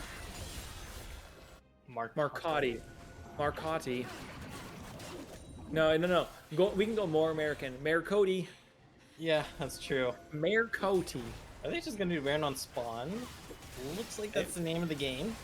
They do more people here, but of course out of teleport from Hazem. A bot lane is wide open. This is a risky flip here. Oh, that's smart. Xiaohongren does not have Smite now for it. That's going to be a big take there for King Coney. Well played. Let's see how this fight plays out. Army has dropped already. Olaf is pushing into the base. The second kill has gone over. Ratchet has taken that one. And now Hazem is dashing forward. King Coney going to dash over that wall, take the blast cone. Meanwhile, though, HTK is in that bot lane, pushing in, taking an inhibitor. And let's see if they can stop the reset. Swain has shown up. Here comes King Coney, though, looking to try to stop their resets. I don't know if that's the right play. King Coney and King Coney here are fighting. King Coney's going to drop, but King Coney will still survive. And Carino's going to try to take down that mid tower. That was a bit of a fiesta play now. HTK is going to try to walk in here and take this tower. And Kerrigan really doesn't do a lot of damage to this Olaf. We're looking for more. Missed that yoink. Oh, King Coney picked up a kill there. Very nice. HTK is going to get pulled back. Does have does not rather have the ultimate still available. He's going to try to auto-attack their way through this. Juice is loose. See if you can get the turn. Do you still have the damage? No, you do not. Aatrox does take that kill. This game has devolved into absolute chaos. It was a 9,000 gold lead, and now it's fallen apart to less than 4. So the base has been broken, though. One in Nexus turret has been dropped, and so it's a big backdoor angle kind of coming into play for HTK 777, but their gold lead has been absolutely decimated by that, just going in for no reason again and again and again and giving over so many kills and shutdowns over to Dorado there. That was definitely a series of events of all time. Oh, yeah. That's all the Baron buffs off the board here for Akuma Knives, but they did get an in hit, which is going to be very crucial. That's going to give them just that extra free pressure here. Of course, since the name of the game is going to be Dragon in 5 seconds, we're going to have members in this bot side anyways, but you're not going to argue against this extra juicy tank when it comes to Prio. Except when it comes to, of course, giving this area even more gold. 5, 5, and 7 has 5 deaths, definitely unfortunate, but farmed up quite well here. 5.5 items. This Dragon dropping very low. Gonna be taken. Look at the mid lane, though. I think they're just going for the game. They're going for the end right there. Ratchet is in there to try to stop the deaths from going over. Mid 2 easy. He's going to try to mess with their recall. See if he can get the charm off there. Is not going to get the charm ultimate. Are you able to get away from that? So much CC onto the Ahri. Can you get away? No, you cannot. They are in the base right now. Here. The HTK and King Coney. It's going to be a 2v3. King Coney has taken about half the health there from damage. Olaf has popped the ultimate. Let's see if they can go for the fight here. King Coney has popped the ultimate as well. That is one down. Zeri has been dropped. King Coney is looking to fight through for this damage. Barakote does get a nice chunk of CC onto King Coney, so that's going to stop the dive onto the back door from going any further, but the second Nexus turret has dropped, and now it is an open base. 2 inhibitors gone, saved again by Marcote on that rel, but now it's looking dangerous. Mid 2 easy has a teleport, and if Olaf can ever sneak into the base, Ahri has that Lich Bane as well for just so much extra damage on those auto attacks. So the two of them can just waltz into that base and take it whenever they want if they can sneak in there without being spotted. Yeah, that is going to be hard. Oh wait, no, there is a word there by that inhibitor. Caddy, if we can ping move by mid inhibitor, please. I believe there's a word right there. Yeah, up there, Caddy. right next to that middle inhibitor. Caddy, middle inhibitor. Production is Caddy asleep at the wheel. I think Caddy is asleep at the wheel. There we go. Caddy asleep at the wheel. I think Caddy actually double produces tonight, so. Oh, it could be stepping over into another stream. That could be the case. Because I think Caddy told me. Caddy just said they're back. Just wanted to take a look at that ward there on the middle inhibitor. There's a word there. Nope, never been cleared out. Never mind. Observer curse. Observer curse. As soon as we say pan over there for a potential TP flank, it is taken down. They are marching forward. They have double, empowered minion waves. So I don't know why they aren't sitting topside. Ratchet has been caught there. The CC is being layered. Swain gonna pop the ultimate, but that's way too early of a Swain ultimate. King Coney is going to keep juicing behind it. Let's see. That's gonna be Kaiser. Kaiser's gonna be able to kill the Swain there. It seems like they're oh no, they've gone for the base. It's just dropped. They've gone in. King Coney threw down that ultimate onto themselves and says, "Hey, you can't kill us, but your Nexus is not invulnerable." While this the Kindred ultimate is down. And no, it was not a backdoor. Thank you, Hermaz1 in chat. It was a front door angle, and they ran it right down. Front door kicked open the front and said, "Hey, we're gonna take this game too." GG 2-0 in the series now in favor of the Pairing Knives. What a way to end the game. Yeah, and I mean Dorado, they're kind of bringing it back there. The Swain coming online, making things such a real pain in the ass here for the Knives to deal with. You had the Zeri popping off here, but your base was already in shambles. It opened on up there. This is going to be game number 2, already at match point here. That was one of the ends of all time right there. They just walk in, bait a fight, and then just sprint into the back line, throw down that Kindred ultimate, and just end the game. I respect it. I respect it. I respect it, yeah. Take a look at the damage chart. Here. A lot of damage. Wait. Hazem actually just nice damage to Xiaohuang ran there so hard. Yeah, Hmm. it's not even 300 damage separating those two games. Well, not even 400 damage separating them. A very close game there. King Coney had a lot of damage there, but on the other hand, King Coney didn't really do a lot of damage. Yeah. So, it is what it is. But Well, Coney Jungle didn't do a lot. Coney yeah, Carry. yeah, it's that's. Yeah.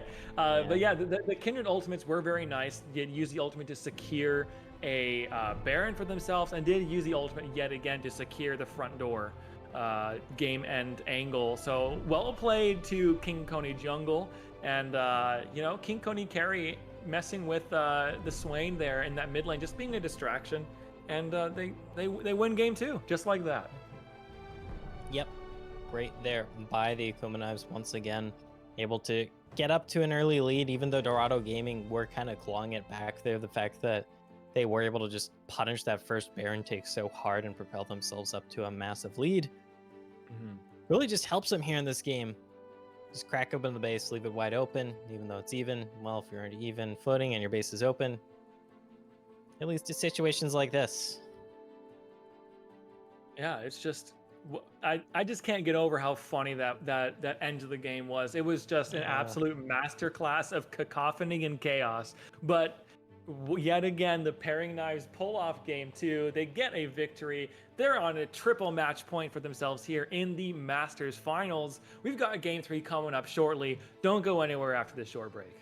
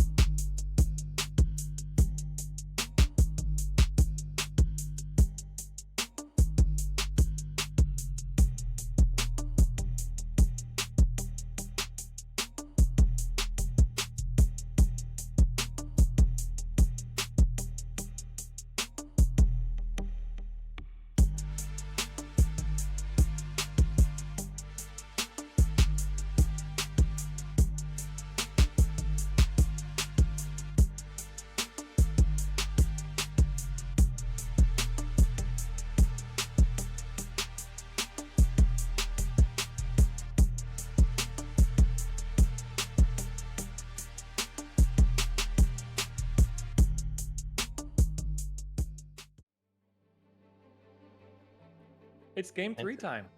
Yeah, into the thick of things already. Familiar faces on the ban board here, and a swap of sides once again. Game number 1 sides. There's the Ahri taken off the board. Unsurprising. I'm wondering what the prio is here. We saw Jinx in game number 1 as the prio. Ahri was the game number 2 prio, but of course that's banned here, so I'm leaning towards it being an AD carry. Could also maybe be the top lane Olaf here, or it's going to be the Tristana here. That's a little out of left field. Tristana usually screams lane swap here, is due to the fact you're able to push out lanes very quickly with the rapid fire and explosive charge passive, and take down turrets pretty quickly with the explosive charge as well. I'm expecting a range support here paired with the Tristana and lane swap shenanigans. Yeah. Critical to note, Olaf has gone unbanned yet again, so I would not be surprised. Orianna's gonna be the first pick, would not be surprised and to just slam the Olaf yet again, simply because Dorado have just not been able to respond to it at all.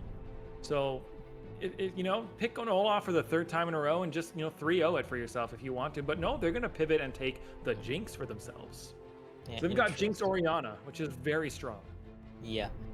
Interesting they lock in the Jinx here. I thought they might have locked in the support here and lock in the Jinx in B3 here, just so you can have a better lane swap matchup here.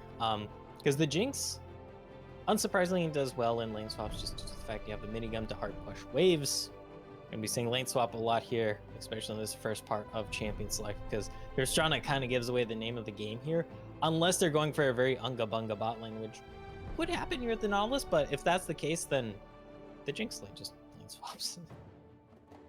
Yep, Nautilus is going to be the support there, which is probably going to pair with that Tristana. So Tristana Nautilus lane is actually pretty good because you've got so much CC for the Tristy to follow up on and get a couple, rocket jump resets and get that explosive charge fully stacked up. I'll have to see what the last pick is going to be here. It's going to be the Wukong. So Wukong picked here for Dorado. Interesting. This would be spicy. It wouldn't be turbo spicy though. Like, we at least sometimes see Lilia, and she has been a mainstay in competitive when she is in the meta. This isn't like randomly bringing out the Shaco to absolutely kaboom. NRG, I think it was. I think NRG was the ones who lost against Shaco, but Leona maybe matching the engage here on the bot side. Leona pickup. That's a lot of CC though, just set up for the Jinx, set up for the Orianna, and a lot of peel as well to kind of, it's a great combo of engage, like a go button, and some peel and step back. So I like the pick here up against a Nautilus and against a Wukong. You can just kind of tell the Wukong, no, you don't get to move today. I think great up against a double immobile bot mid of Jinx Orianna. So you're going to have to be piling that Leona very well. Olaf is going to be finally taken off the table away from Omega Akuma pairing knives, which is actually a lot of fun to say. And to see what the last couple of bans are going to be here. Yeah. I'm kind of curious here too, because both these drafts can definitely go in a lot of directions here. Jinx Orianna, like you mentioned, very strong scaling, but there's the Leona as well. You're expecting there's going to be some ball delivery locked in here for the pairing knives. That is ball delivery indeed, and a flex pick. So that is very strong. Looking like definitely a front to back here angle for the Akuma pairing knives. For Dorado Gaming, they could maybe look for just full on Unga here, because Tristana with the rocket jump, Wukong, Nautilus, great champions, just Unga into the back line. Hold that thought. That's not Zach Malone. It is going to be the Volibear. Not as strong on ball delivery.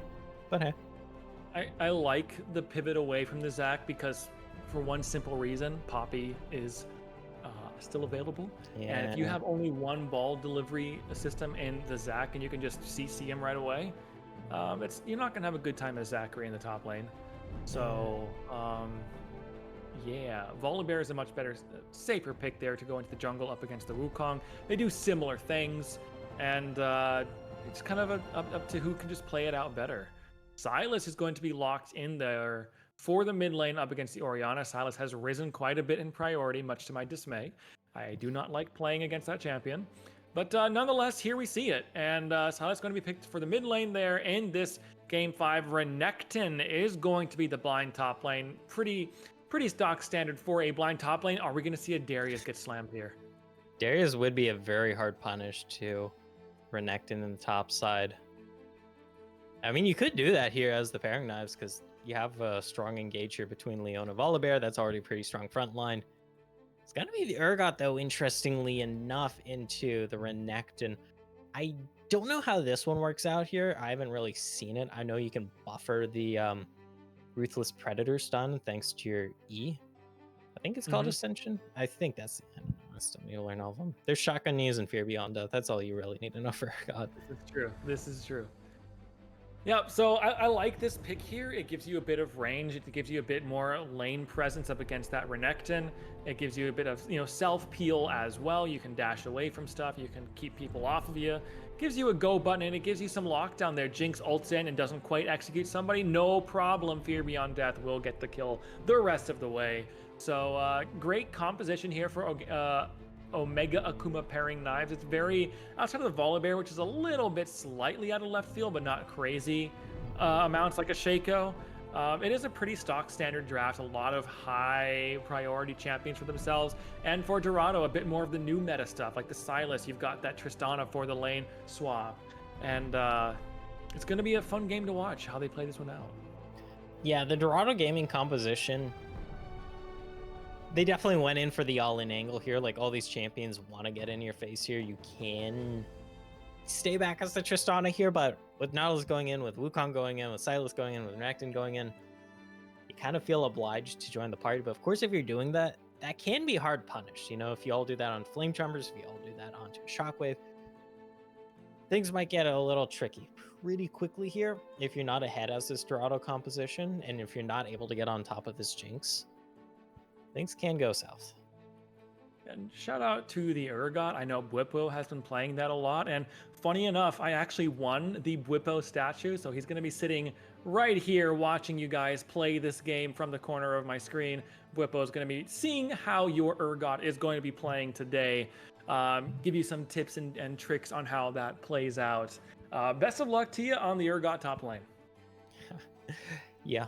I'm interested to see how it works out here into the Renekton. Of course, we know Renekton has very strong early laning phase. It's not the absolute strongest, but it's very strong. Can check a lot of people, but also has, if you want to play weak side, pretty strong weak side too, just due to the fact you have neutral lane matchups. You can just queue to heal, yada, yada, yada. And Hazem has been getting camped a lot here, so having the Renekton might be handy if that happens to be the case this time around. Of course, the Urgot, not as aggro as the Olaf early on by any stretch of the measure. But pair with the Volibear being able to turn off turrets at level 6, it might be all pickle and no Rick. We've known that these teams have really liked to dive towers in the series so far, so that Volibear being able to turn them off is a really nice pick for them. I like it. Yeah. And I want to shout out Twitch chat really quick because we've discussed this. It's Marcotte, right? For the pronunciation. And you can't rhyme Marcotte with robot. It doesn't work. You need to say, robot. You need to find a dessert emoji and say, spam this biscotti to help Marcotte. That would work a little bit better. Or like a coffee emoji or something. Yeah, I was going to say coffee. You would have to stretch it though, because you can't really like force an F to sound like a T, like when it comes to stretching, unless you're like Marco and coffee. It's hard, but now we're being corrected again, and he's being pivoted to French Canadian, so he's Italian no longer. I don't respect French Canadians, so we're gonna ignore that. Yeah, he's still Italian. Moving forward. Moving forward we're gonna send that into the quick production break here as we get ready for Game 3 between Omega Akuma pairing knives and the Italian support with Dorado Gaming. Don't go anywhere. We've got Game 3 right after this break.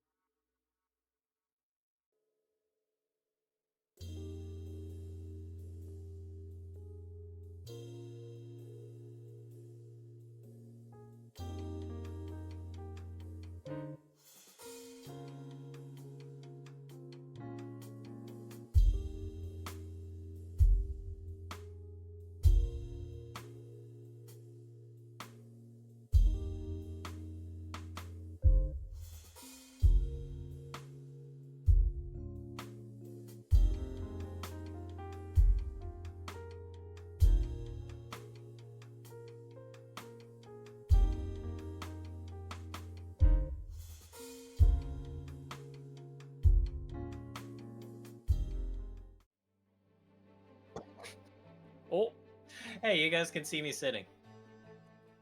My forehead. Yeah, I sit when we're in game. I wouldn't yeah, mind standing. It's just my monitor. I'd have to like kind of hunch over. It's a little out of the way. Hold that thought. Hold that hook more like. Still happening. 30 seconds until the Italian, French, Canadian, Spanish support there. Marcotte decided not to use the hook there in that early game. I don't know, that would have been spicy just to throw it down. Yeah. Maybe instead of saying Marcotte, they would just start saying whatever is the most recent nationality they've been accredited to. So we just say Spanish. Right now, actually, someone did Marcotte with the Italian flag, so it is Italy right now. Okay, we're back to Italy. So we're back to Italian, but we will keep an eye on that. So whichever, yeah, we'll just go. We'll play it off that. I like that. Yep, we're still Italian. So. Oh, mamma mia. Yeah. Looks like there won't be any lane swap here. We saw Coney Carey hanging back there as this Jinx, in case there was a deep ward in this lane. We actually have Zem helping out with Alicia as this jungle. I don't think we're gonna see any buddy jungling system here. Ooh. HTK is doing quite a bit of damage here with those shotgun knees. That's another proc. My goodness. Nice little heal coming back. That's going to even it out a little bit, but HTK did a nice little, little chunk of damage. Going to force Hazem to walk the long way around, which is probably going to mean some experience advantage over to the Urgot. Yeah, I mean, if that trade were any fatter, would be offended by Yo Mama jokes. Oh no. Great level 1 for HTK. We'll see if the Cold Meeks are enough for Hazem to sustain back up here. Because with that ward on blue buff that was placed by, not HTK, I forget who placed it there. Oh.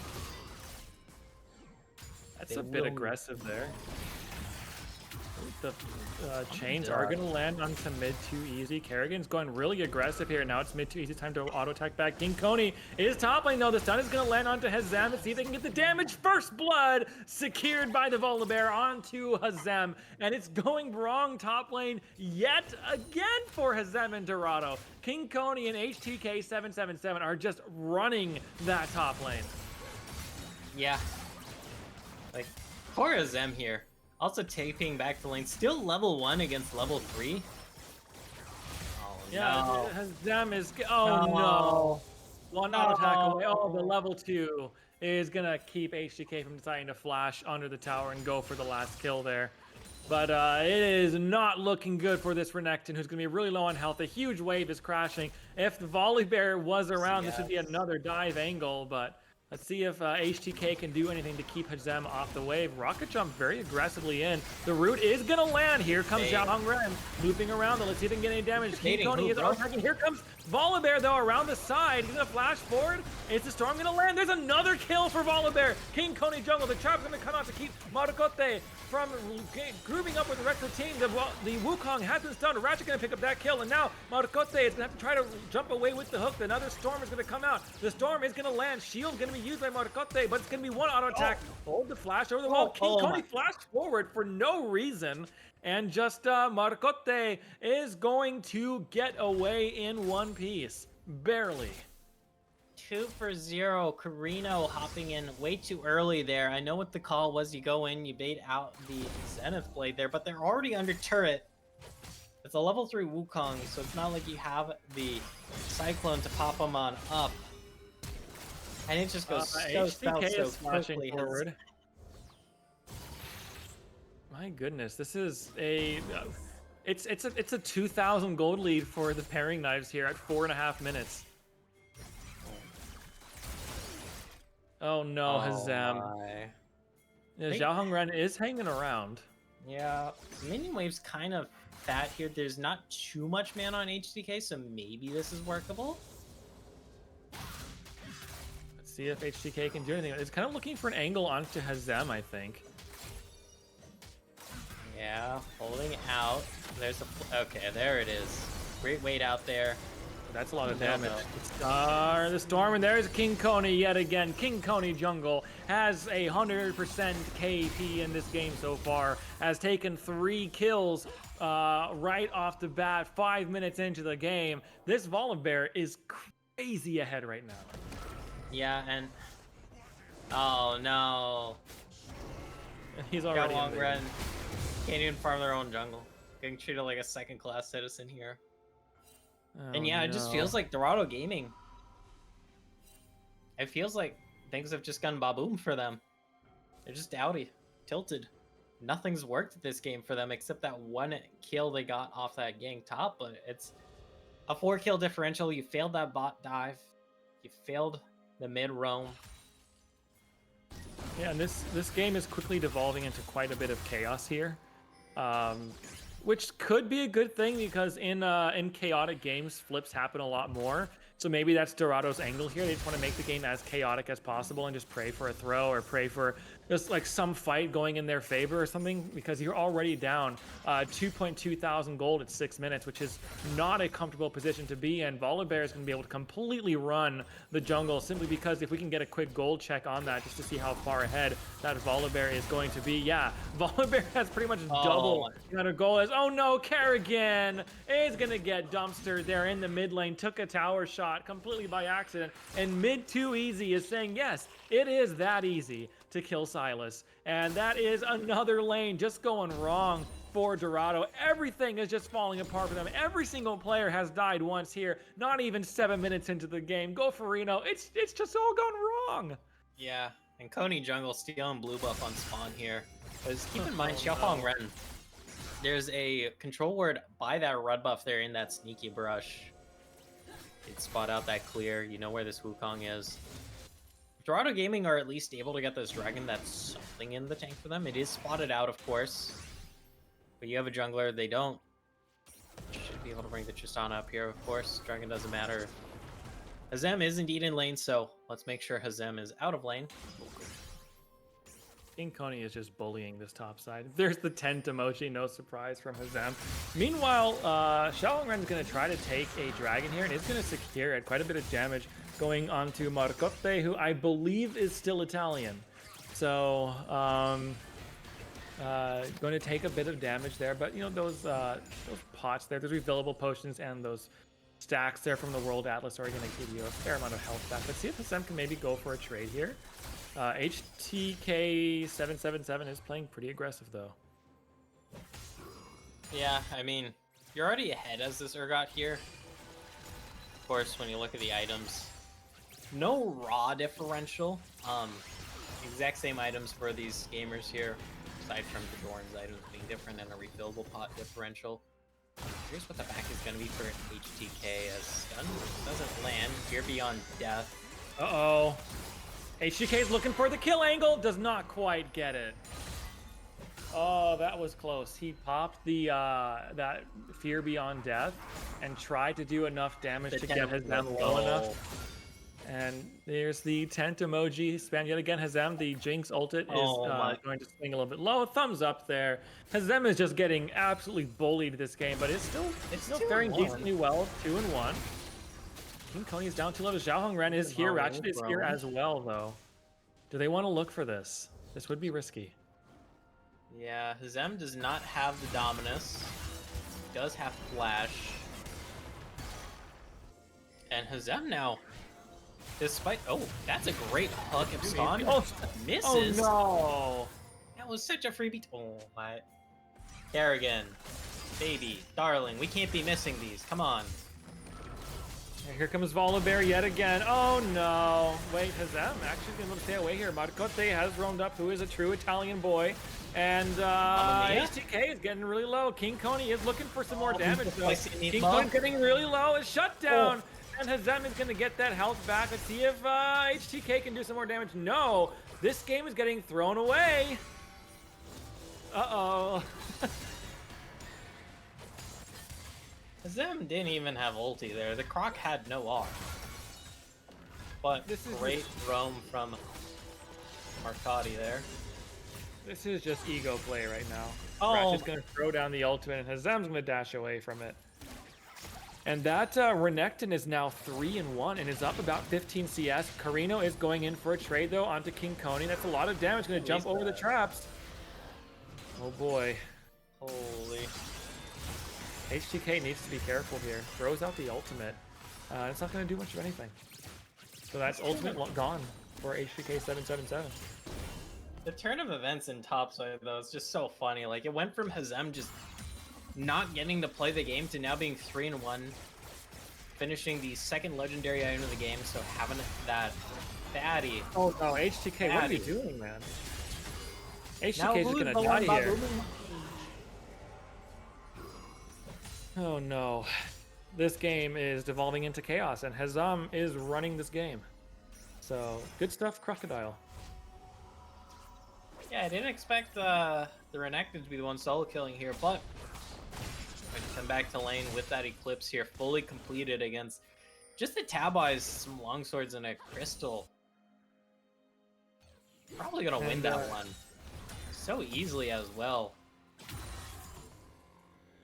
Yeah, it's this Urgot is, you know, very far behind. Very far behind. Not a good place to be. Oh, good puck is on to the tank. King Coney, that's a lot of damage. Goodbye, Marcotte. Go eat some, what are those things called? Those like Italian dessert things? That are like in a tube shape. They're like I'll hold that. No, it's like a... Yeah, there's a fight in the top right here. H2K77 is throwing down some damage, but it's not going to be very much. Fear Beyond Death. Yeah, it's going to be up pretty soon. Hazem is going in for this. And that's going to be about it. They're going to get a proc off down there. That's going to be one tower play taken, a second tower play taken by King Coney Carry.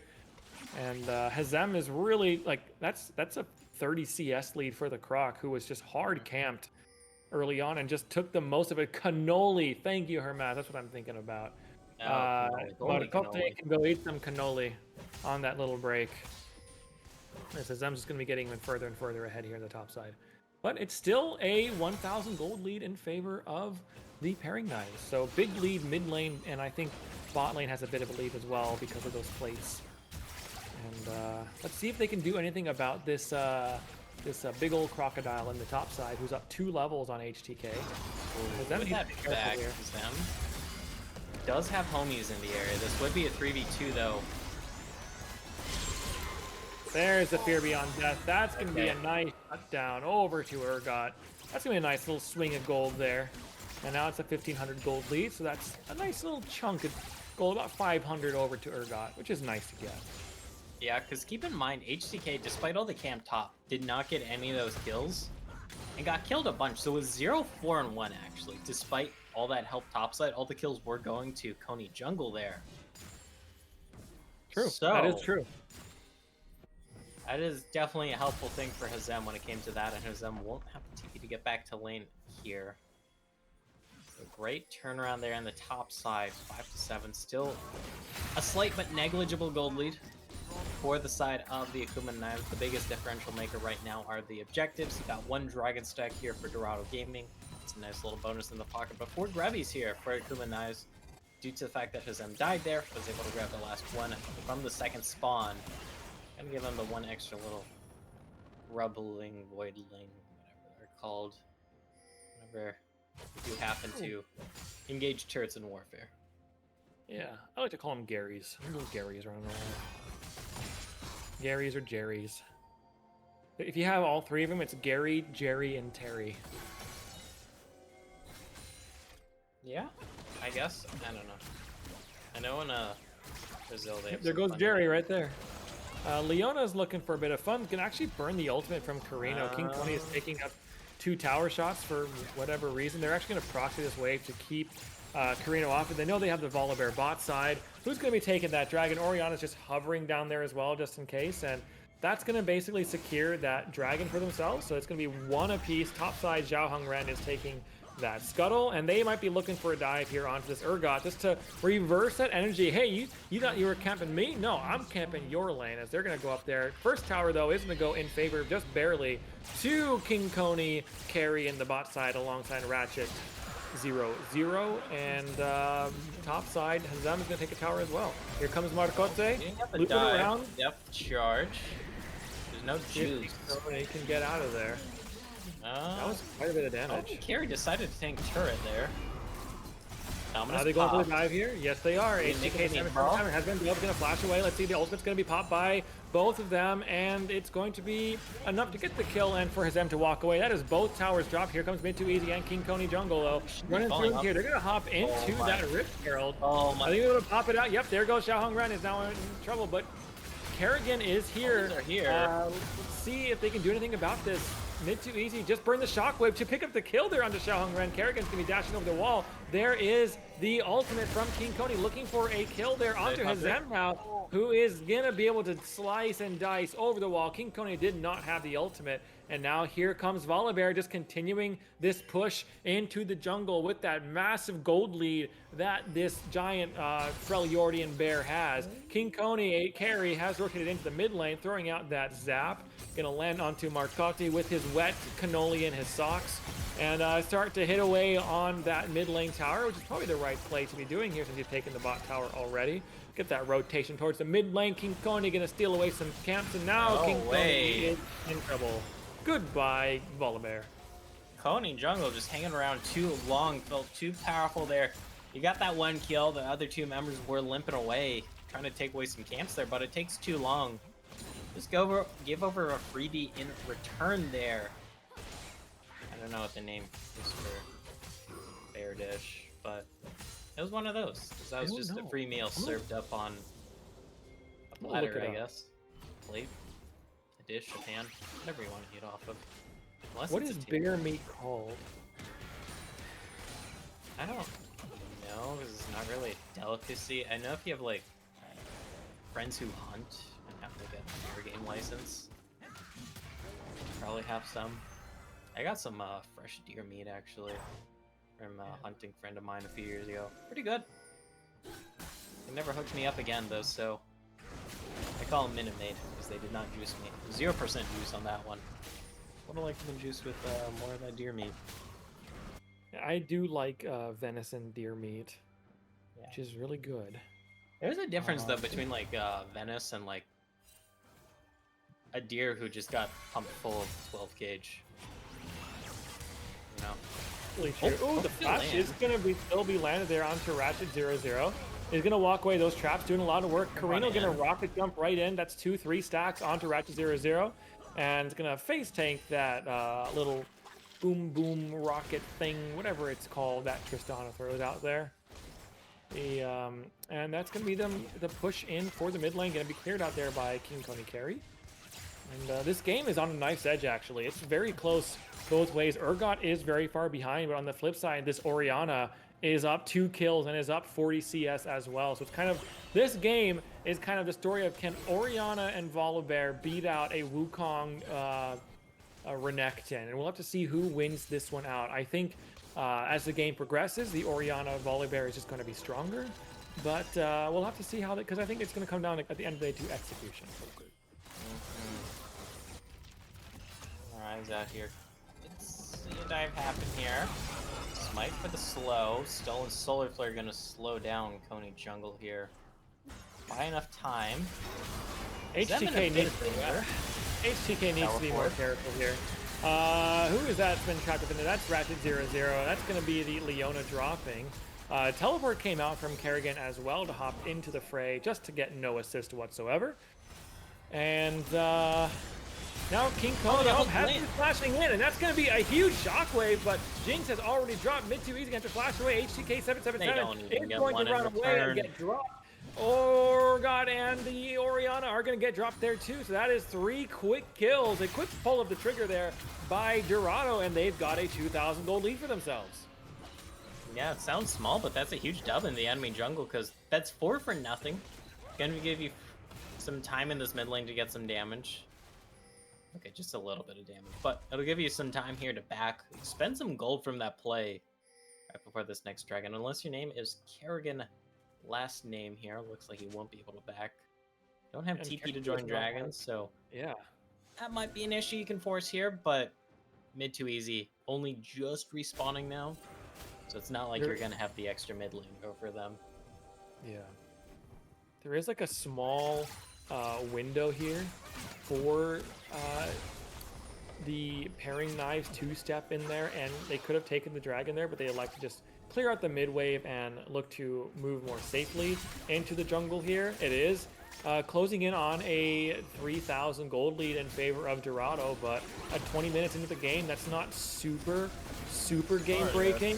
Oh, that's a big flash forward there by Ratchet. The fight's breaking out right away. Big stun there onto King Coney carry in the backline, but the Renekton has been pulled in, and that is Renekton drop. The carries are still alive. HTK77 is still alive there as well. The Jinx ultimate, though, is going to go completely wide. Xiaohong Ren is barely staying alive, and it's going to get sniped out there by the Volibear Storm. Carino is trying to run away from King Coney carry, who's running forward as he's going to get the stun, but Carino's going to pick up the kill. Jinx going to take the dragon there, and that is a one fight by the pairing knives while they're down. Let's see if the Silas is going to look for some kills as well onto Ratchet 0-0. Is not going to get it, so that is going to be a fight won by the pairing knives. Mid to easy is going to not get pulled by those chains, so Kerrigan missing those chains there, and they're going to be able to walk away and take the dragon and a couple kills for themselves. Big wins there. EP, they're looking here, and the opportunity has missed.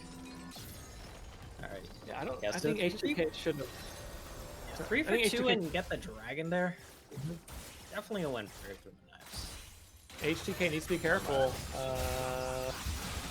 You're in trouble here, man. Because Silas is going to hit that R button. There you go. Goodbye. Bob 'em. Yep. I think when Urgot teleported to that ward there in the Baron pit, the wave was pushed down there. You should just teleport to the wave to secure the flank angle a little bit better. But That's true. either way, you know, Silas lives and Urgot dies, and that's just the cycle of life. HTK 2 and 8 on the counter pick here. You Yeah, know, it's not looking good for the Urgot. yeah. Definitely could have used some of those early kills.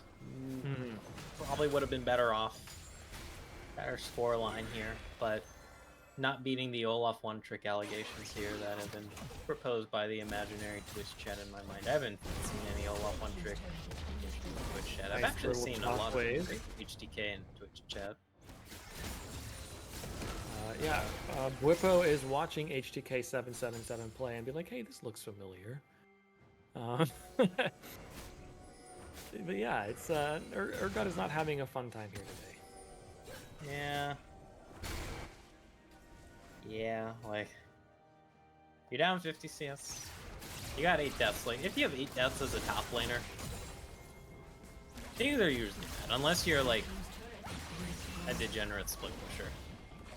That's true. If you deaths on Singed, Urgot is going to hand over death number 9. make that 9. Yeah. We're looking up at the top here, though. On the flip side, Hazem has given over a kill back to Oriana, who now has 3 kills, and that's their big gold kind of gold tower play off the table. Although Tristana has picked up a few kills and is decently strong at this point. Yeah, the Renekton is down for 25 seconds. They might be rotating over to try to take a Baron here.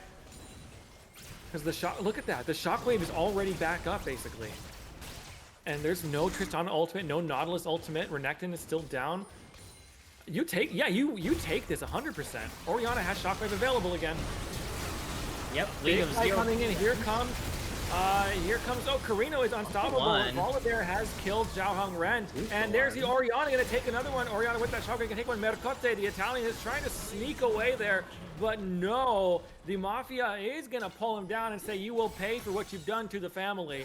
Goodbye, Mercote, for the 4th time. And now King Coney, Urgot has shown back up to the fight. Mid 2 easy is here as well, but Hazem is also walking back in. Does have R. That's a big stun. Hazem's going to pop that in, that dominance here. Here comes Kerrigan over on the side as well. Let's see if they can get the kill here. King Coney going to get the stun. Here comes the ultimate fear beyond death for HTK777. Is going to pick up another one. Urgot is back in the game, is picking up a kill. And that's now a 3-9 Urgot there in the top lane for 777. It does stop Baron. That's There's true. that. But you do also just give over a buttload of kills. Yo. Yeah. Yeah, That 4,000 gold lead is now less than 1K. It's anyone's game yet again. Yeah. HDK wasn't even a huge lead when considering it's 25 minutes in the game. It's kind of noticeable here, especially if it's focusing on 1 or 2 members. But that was definitely noticeable. And, I think what was happening in the early game where the Urgot felt way too strong and started dying a bunch is now happening to Hazem. That's multiple times now. He's just gone way too aggressively forward on this Renekton and just died again and again and again. And now I think it was like 4-1 or something like that, and now it's 5-5. So both top lanes kind of feeling a little bit too confident and too strong on their champions and giving over quite a few kills. Leona ultimate is going to be snagged by Silas. okay, And we've I got thought I already saw Dragon it in run 5. No, that was just grabbing it. So Yeah. Dragon in 5. We got to watch the shockwave. Got to watch for the Renekton jumping in. Got to watch for the Volibear angles. And keep an eye on that Leona ultimate on both sides. Yep. See who will Dragon. take the dragon Up. here. Half. HDK has available. there. A flash ultimate there for Mordekaiser. Hit. Onto mid too easy. The ultimate is gonna. There's a big shockwave. one. A huge shockwave by mid too easy. That's gonna take down the Nautilus. Urgot has dropped. Oh, but the they're dragon's on taking there Jinx. as well. King Everyone, Coney don't is worry. firing. King Coney is next to King Coney, and King Coney and King Coney are hitting. King Coney and King Coney take a second kill. King Coney is throwing that zap over the wall, and it's not going to land. And the combination of King Coney, Ratchet 0-0, and King Coney are just completely running over that fight. That's a third dragon secured. It is 3 alive, and only just that Kerrigan alive for the side of Dorado. They can step forward and they can take a Baron for themselves here now as well. What a big fight, and I've got to shout out Mid Too Easy with a fantastic shockwave in that fight. Yeah, drops in that fight. Says, don't say I didn't juice you before dropping there. It's the entire back line just low AF there. Sets up for the huge dub we see. Put yourself in some point, nab the team fight win, grab the Baron. And Dorado Gaming made such a huge comeback here in this game after that disastrous top side. But now, they're back on the back foot here. Yes, you look at the scoreboard. Okay, yeah, it's technically only not even a 2K goal differential, but gotta have to just look at the momentum of the game right now. There's Baron buff from one of these sides. That's gonna help extend the gold lead. You know, they're gonna be able to control the map. They're gonna be able to set up for the next soul point already on them. So could potentially just be the soul here. And the Akuma knives just could look to completely break the kneecaps of the competition here. Hazem. Zem is going to dash over the wall and stay alive for the time being. They're going to go up and try and defend that top tower, which they should do successfully. Because there's 4 of them here. They're all going to be showing up here top side. There's 1 teleport coming out from the Urgot. The rest of the team, it's going to be, and that's a big shockwave though, onto 2. The flip's going to come out. Jinx ultimate's going to get carried. No, that's enough for HDK to secure the kill. So you're going to trade 1 for 1. Meanwhile, look at King Coney and Racked in the mid lane. They're taking 1 tower. The wave's going to get cleared out. They're looking in for another one. They've got those Jerrys stomping away at that tower, and they're stopping the reset here top right as well. Volibear is going to jump away, but that's going to be the kill given over to the Renekton. But meanwhile, their base is in shambles. Are they going to keep moving forward here? Jinx is excited. The resets are trying to come out. Midt's going to flash forward and stop Carino. The Nautilus is going to be able to slink away, but King Coney is still hitting, and it's only Marcotte, the beautiful Italian, to try to stop this. The second Nexus tower got below half health, the Nexus tower rather, and they're going to be able to slink away with their lives. So they throw a few plates, they throw some bowls, and the whole kitchen table at stopping their backs, and they manage to slink away just in time to keep King Coney and Ratchet 0-0 from clearing out the base. But that's going to be a fair amount of gold going back over to Dorado. Yeah, fair amount of gold. They take down 4 of the Baron buffs here. And keep this game within shouting distance. If you look at the raw gold on the scoreboard, of course that is a huge influx of gold into this Jinx. You know, you got 3 turrets worth of gold, you got the inhibitor, that's a little bit of gold, bunch of farm as well. So much juice into the Jinx tank here, and it has been paying dividends so far for Coney carry. Mid lane turret down. I don't think we see the fight. No, we do see the fight here. Marcotte stepped way too aggressively forward. King Coney carry is going to pick up a killing spree onto our chat's favorite Italian support there in this for Dorado. I don't know what that angle was there with the Nautilus ultimate, but you know, we tried it. Yeah. Xiao Hongren is looking for a bit of a flank angle there on the right of your screen. So is Kerrigan. Let's see if they can do anything with it. That last Nexus Tower is down at about half Yeah. health. This is a Hazan is going to pop the 5v4. ult with HBK. This is 5v4 indeed. Oh, Leona is no. not there yet. That's a big It's shock there 5v3. from Mitsubishi. Kerrigan did flash away, but it's not going to mean anything because the Jinx has that last rocket. I think that's the game here. They can get some damage here. Hazan's going to do a big flash forward. Them has to do the hero play. King Coney, but it's a lot of CC, but not enough damage. King Coney has picked up another kill. Xiao Hongren is leaving the game. King Coney is going to get the shield to stay alive. And mid too easy. And King Coney carry are going to clear out the game. They're not just going to clear out the deaths. They're going to clear out the roster with the ace. They're going to clear out game 3. They're going to clear out the series. GG. The pairing knives will win BOL Masters. 3-0 fashion as well. Granted, games 2 and 3 felt like it could have gone either way, but in the end, Akuma Knives able to rally behind off of better macro and just punishing the mistakes of Dorado Gaming. Bring it on home here. Yeah, it was like game 1 and 2 were just, Baron throws by Dorado, and then game 3, which is so back and forth again and again and again. And when it came down to that critical moment where it was a 1,000 gold difference, Marcotte goes for the ultimate and goes inwards and gets just blown up, and then they can march it down into the base and just end the game. Unfortunate how that one ended up. It could have gone either way. Very close and very exciting game 3 that we got to watch there. Yep. So congrats to the Akuma Knives. I believe we have interviews set up. We don't know who we're interviewing, if we're interviewing anyone at all, but we were told that there should be interviews here at the end of this, so hang tight everyone for that. And yeah, props once again here to the Akuma Knives. I'll just kind of keep control of things. Bring it on home. Alrighty, we have confirmed that we have interviews here. We'll have that in a few minutes.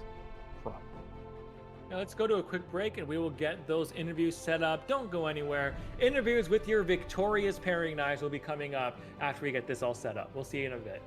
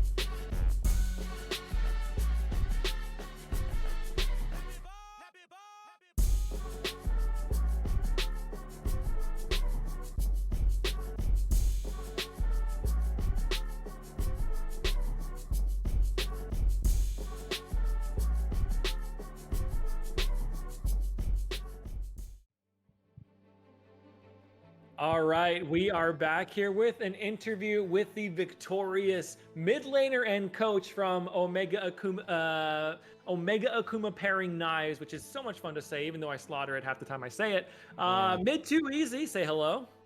Hi there, how you doing? That is mid Okay. too easy, and we've got Coach Fireflans as well with us here.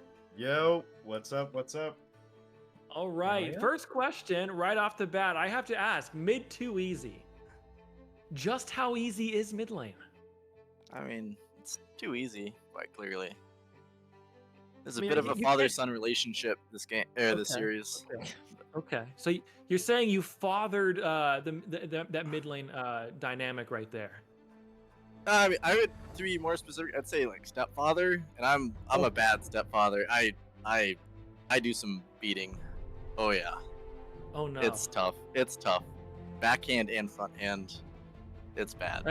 That's kind of how it felt. I almost felt bad, like watching you just again and again, especially in that, I forget what game it was. I think it was this game 3 where Silas early game just kind of pulled the chains right onto you at like 6 minutes in and tanked a tower shot and just died. So you had a nice set of games for yourself, man. Well played. Mid is easy, confirmed. You can make it to Masters, everybody, if you just play mid lane because it is easy. Hell I yeah. guess our second question. Oh, this one's targeted at you, Fireflans. I was curious, what was the drafting prior of this series? Since we definitely did see some interesting things come out, mostly in that game number 1, but I'm just curious what your thoughts were. Yeah, no, I'm glad you brought up game 1 actually, because so we actually knew that they were gonna lane swap going into the series. I don't know if I can say this. I mean, I guess it's fine now because the series is over. But if I was Dorado, I'd actually like check in what's going on in their camp because it's like somebody from their side was leaking that they were gonna be doing the lane swaps. So I don't really know what was going on there, but we kind of found out ahead of time that they were gonna do lane swaps, so we just prepared for it. Other than that, our prio for this series was just to get Ratchet Janna, and that was pretty much like everything else was pretty much what the players wanted. But I think like countering the lane swap and picking Ratchet Janna were the two big like non-negotiables for this series. Alrighty.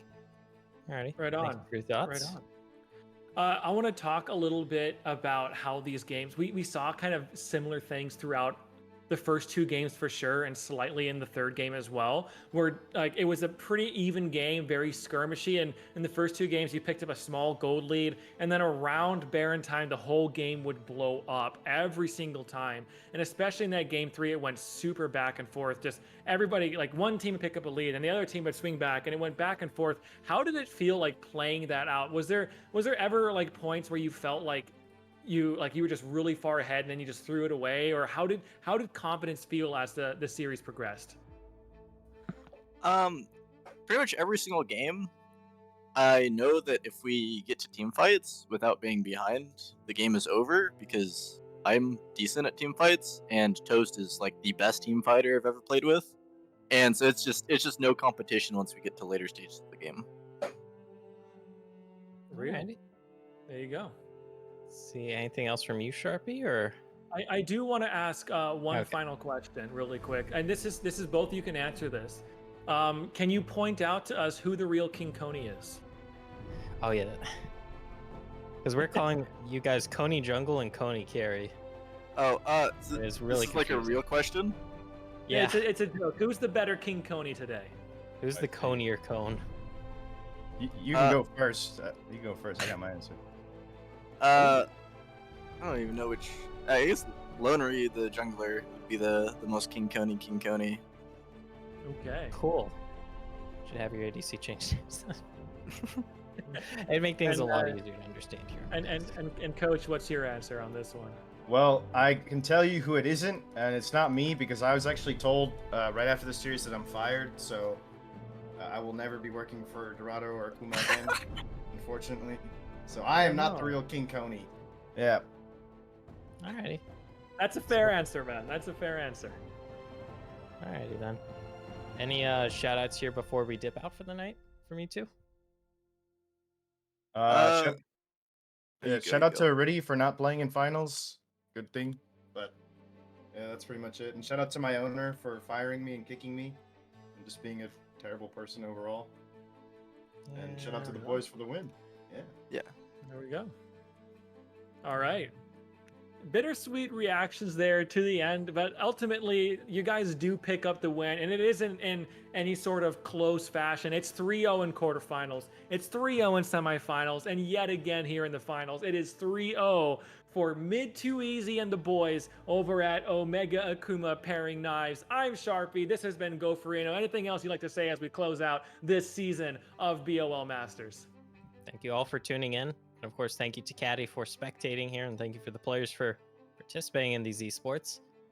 We hope to see all the gamers here in chat next season, as well as some new faces, so be sure to tune in. There will be more Blue Otter games this week. Of course, there are games tomorrow, Wednesday, and Thursday, I believe. So tune into those. The other leagues are in their playoff season as well right now, so you don't want to miss that. And that's it from us here on the desk. All right, have a good night, everyone. Thanks for stopping in to the BOL Masters and for tuning in to this fantastic final event. Congratulations to Omega Akuma Pairing Knives for their big win. Have a good night, everybody.